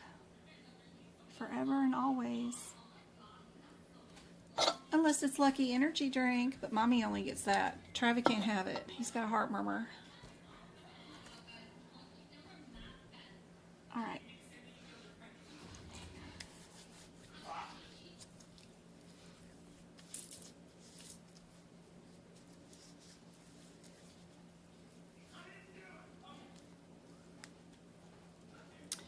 TikTok keeps trying to get me to make these videos for this TikTok shop, and every time I do it wrong.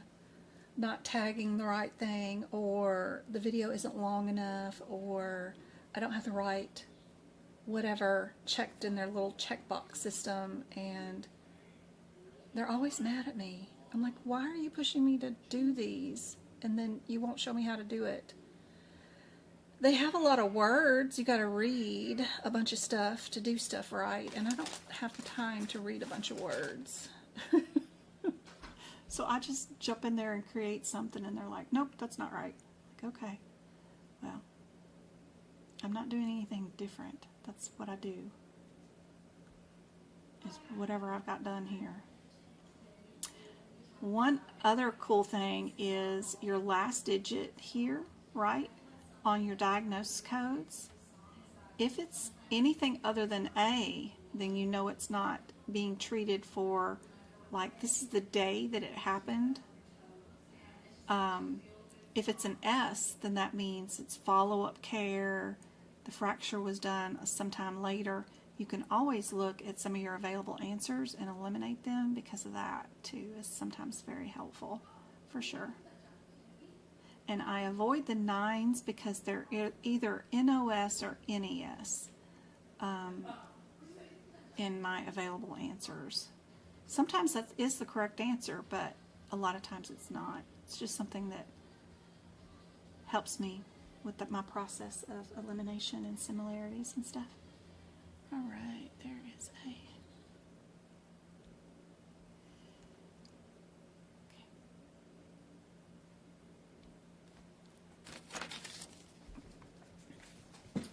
Y'all work on this one while I go get him something to drink and the extra money that my mom brought in for me too. But I'll be right back.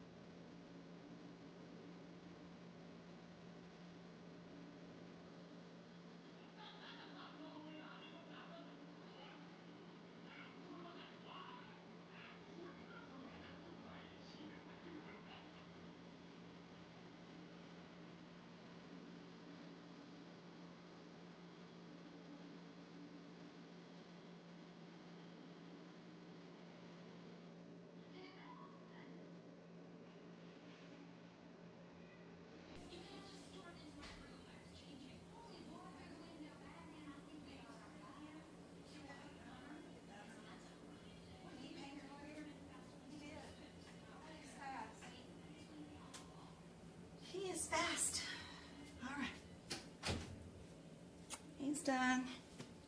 He did all the extra work that we threw at him too. That was great. All right. Are you in integumentary or are you in musculoskeletal? It's one of the first things you can deal with, right?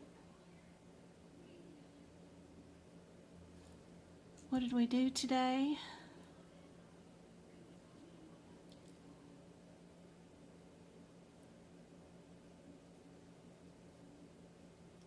Intramuscular tumor. Yep. Anything in those muscles is going to be coded in the musculoskeletal section for sure. So you know you'll be either a D or a B, right? You could go by the diagnosis, right? Is this or did this happen due to an injury? Then you would be a T code. If it's due to a muscle issue of some sort, then it would be an M code, right?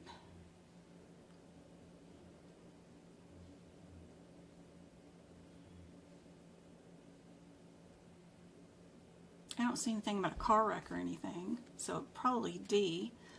If I'm looking at these two codes, the cheaper of the two is D because a 27301 is a smaller number than the 603, just looking at them. But let's go look and see what our differences are if you want to know why the answer is what it is. 27301, 27301. Are we under femur or incision? And then for 301 or 276,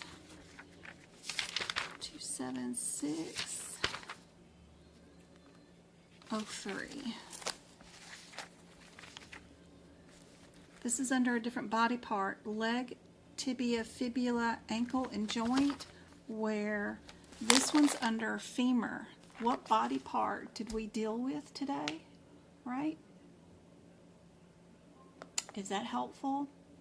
Where is this thing in our rectus femoris muscle? You can go back, if you don't know where that's located, and go back and look at your muscle list, you know, right? And if we're looking at the rectus femoris, right, shows you right here, that is in your thigh area, right? Right here. And then the other set of codes, the 27603, was dealing with the ankle, tibia. It'd be down in here, right? So just knowing your body parts is super helpful. And if you don't know where they're at, you can find them during your exam on these little charts, which is super handy dandy. But this is on the femur, this is on the ankle, tibia, fibula, so that's down the lower part of your leg. So if you get to a question where they don't tell you what bone, they only tell you muscle, you can run to the front of your book and look at that up real quick and see which body part you're under. That's why I'm like, any anatomy terms, any vocabulary terms, you should be able to find something. If you can, utilize the alphabetical index in the back of the book. It is really handy and it's very forgiving too. You can look up diagnoses back there and procedures, which is super helpful. We could probably look up a mass removal on that muscle back there and it would tell us what the answer is. A lot faster than looking at the codes and the descriptors, for sure. But anyway, yep. D is your answer.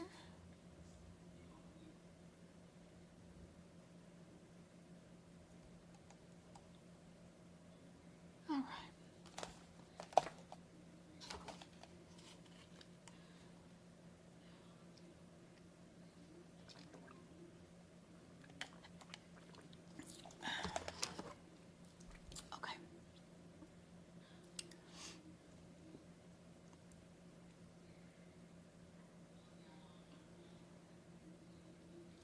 what do you guys think is the answer for this one?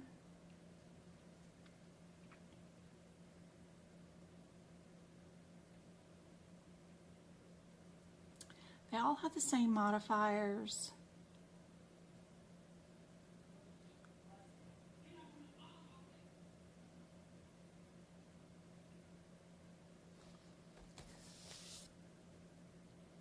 Two, 4, 5, 7, 5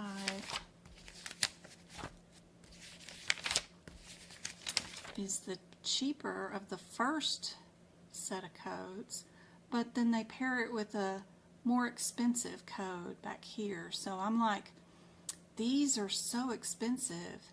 This is cheaper and this is cheaper. So I'm like, these are more expensive. All right. Altogether though, D is the cheapest because this is the smaller number and smaller procedure, where this 77 is going to be more expensive than all of these. And then these combined will add more expense. But anyway, 75, 245, 245, 245.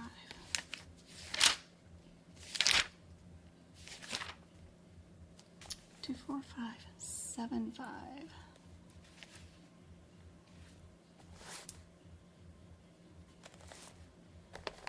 What body part are we under? We're under fractures and dislocations, and we're under humerus and upper arm and elbow again. Is that what we're dealing with? Epicondral fracture of the elbow. Yep.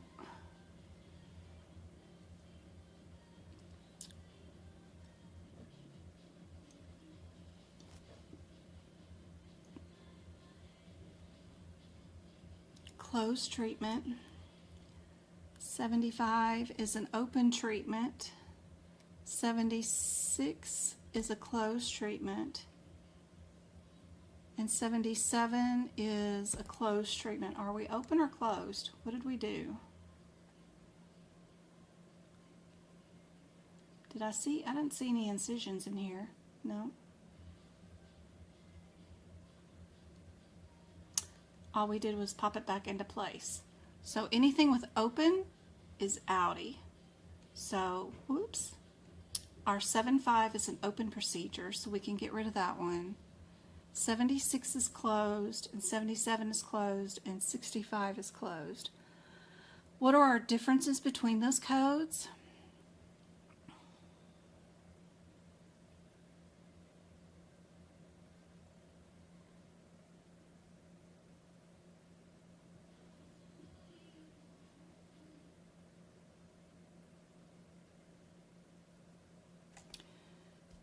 '76 is humeral condyle, where 60, which you have to go look at 60 because 65 is a child code, is epicondyle.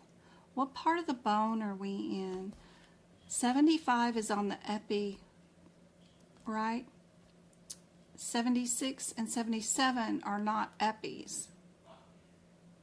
But 60 and 65 and 75 are epis, and so is 66.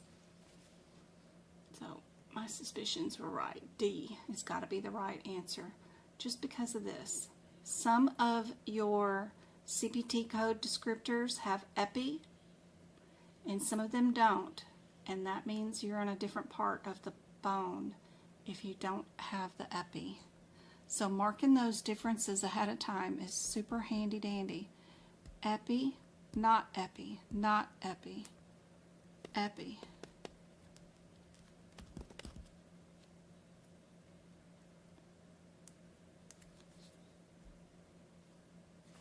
And when you go through the musculoskeletal section, having a little color code cheat sheet is really handy, so that you can be consistent. I got all the medials in purple, all the laterals in pink, open procedures are green, orange procedures are closed, radial is purple, proximal is green. We had 2 proximals on this page. A lot of times, like in the very beginning of a section, right when they introduce it and they give you a new body part, they'll tell you, okay, these codes are going to be for the forearm and the wrist. You're going to have the radius, the ulna, the carpal tunnels, and then the joints. And I'll assign them codes, color codes, right then and there. Radius be all purples. Anything that's doing with an ulna is pink. Carpal tunnels, any procedures done on those are all baby blue, and then all joint procedures will be green.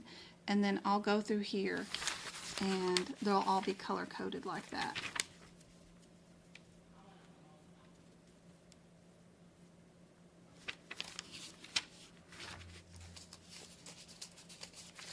Radial, radial, radial, radial. Ulna, ulna, ulna.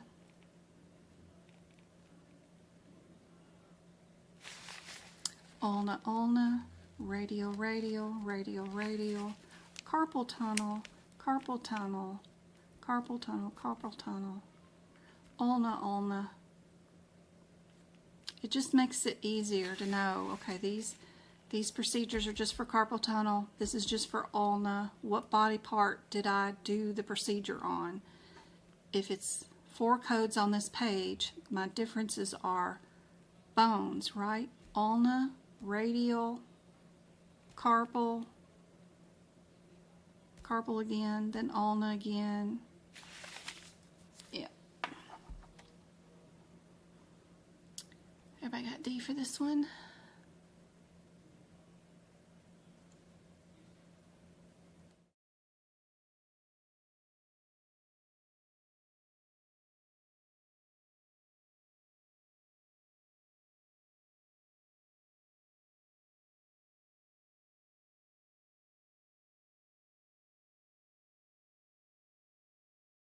It won't.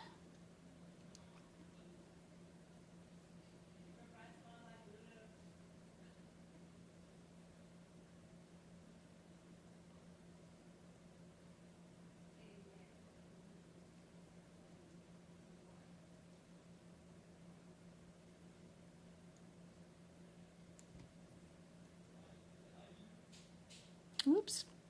Is my computer crashing? Maybe. I'm trying to find chat again, so I lost it and I'm trying to find it.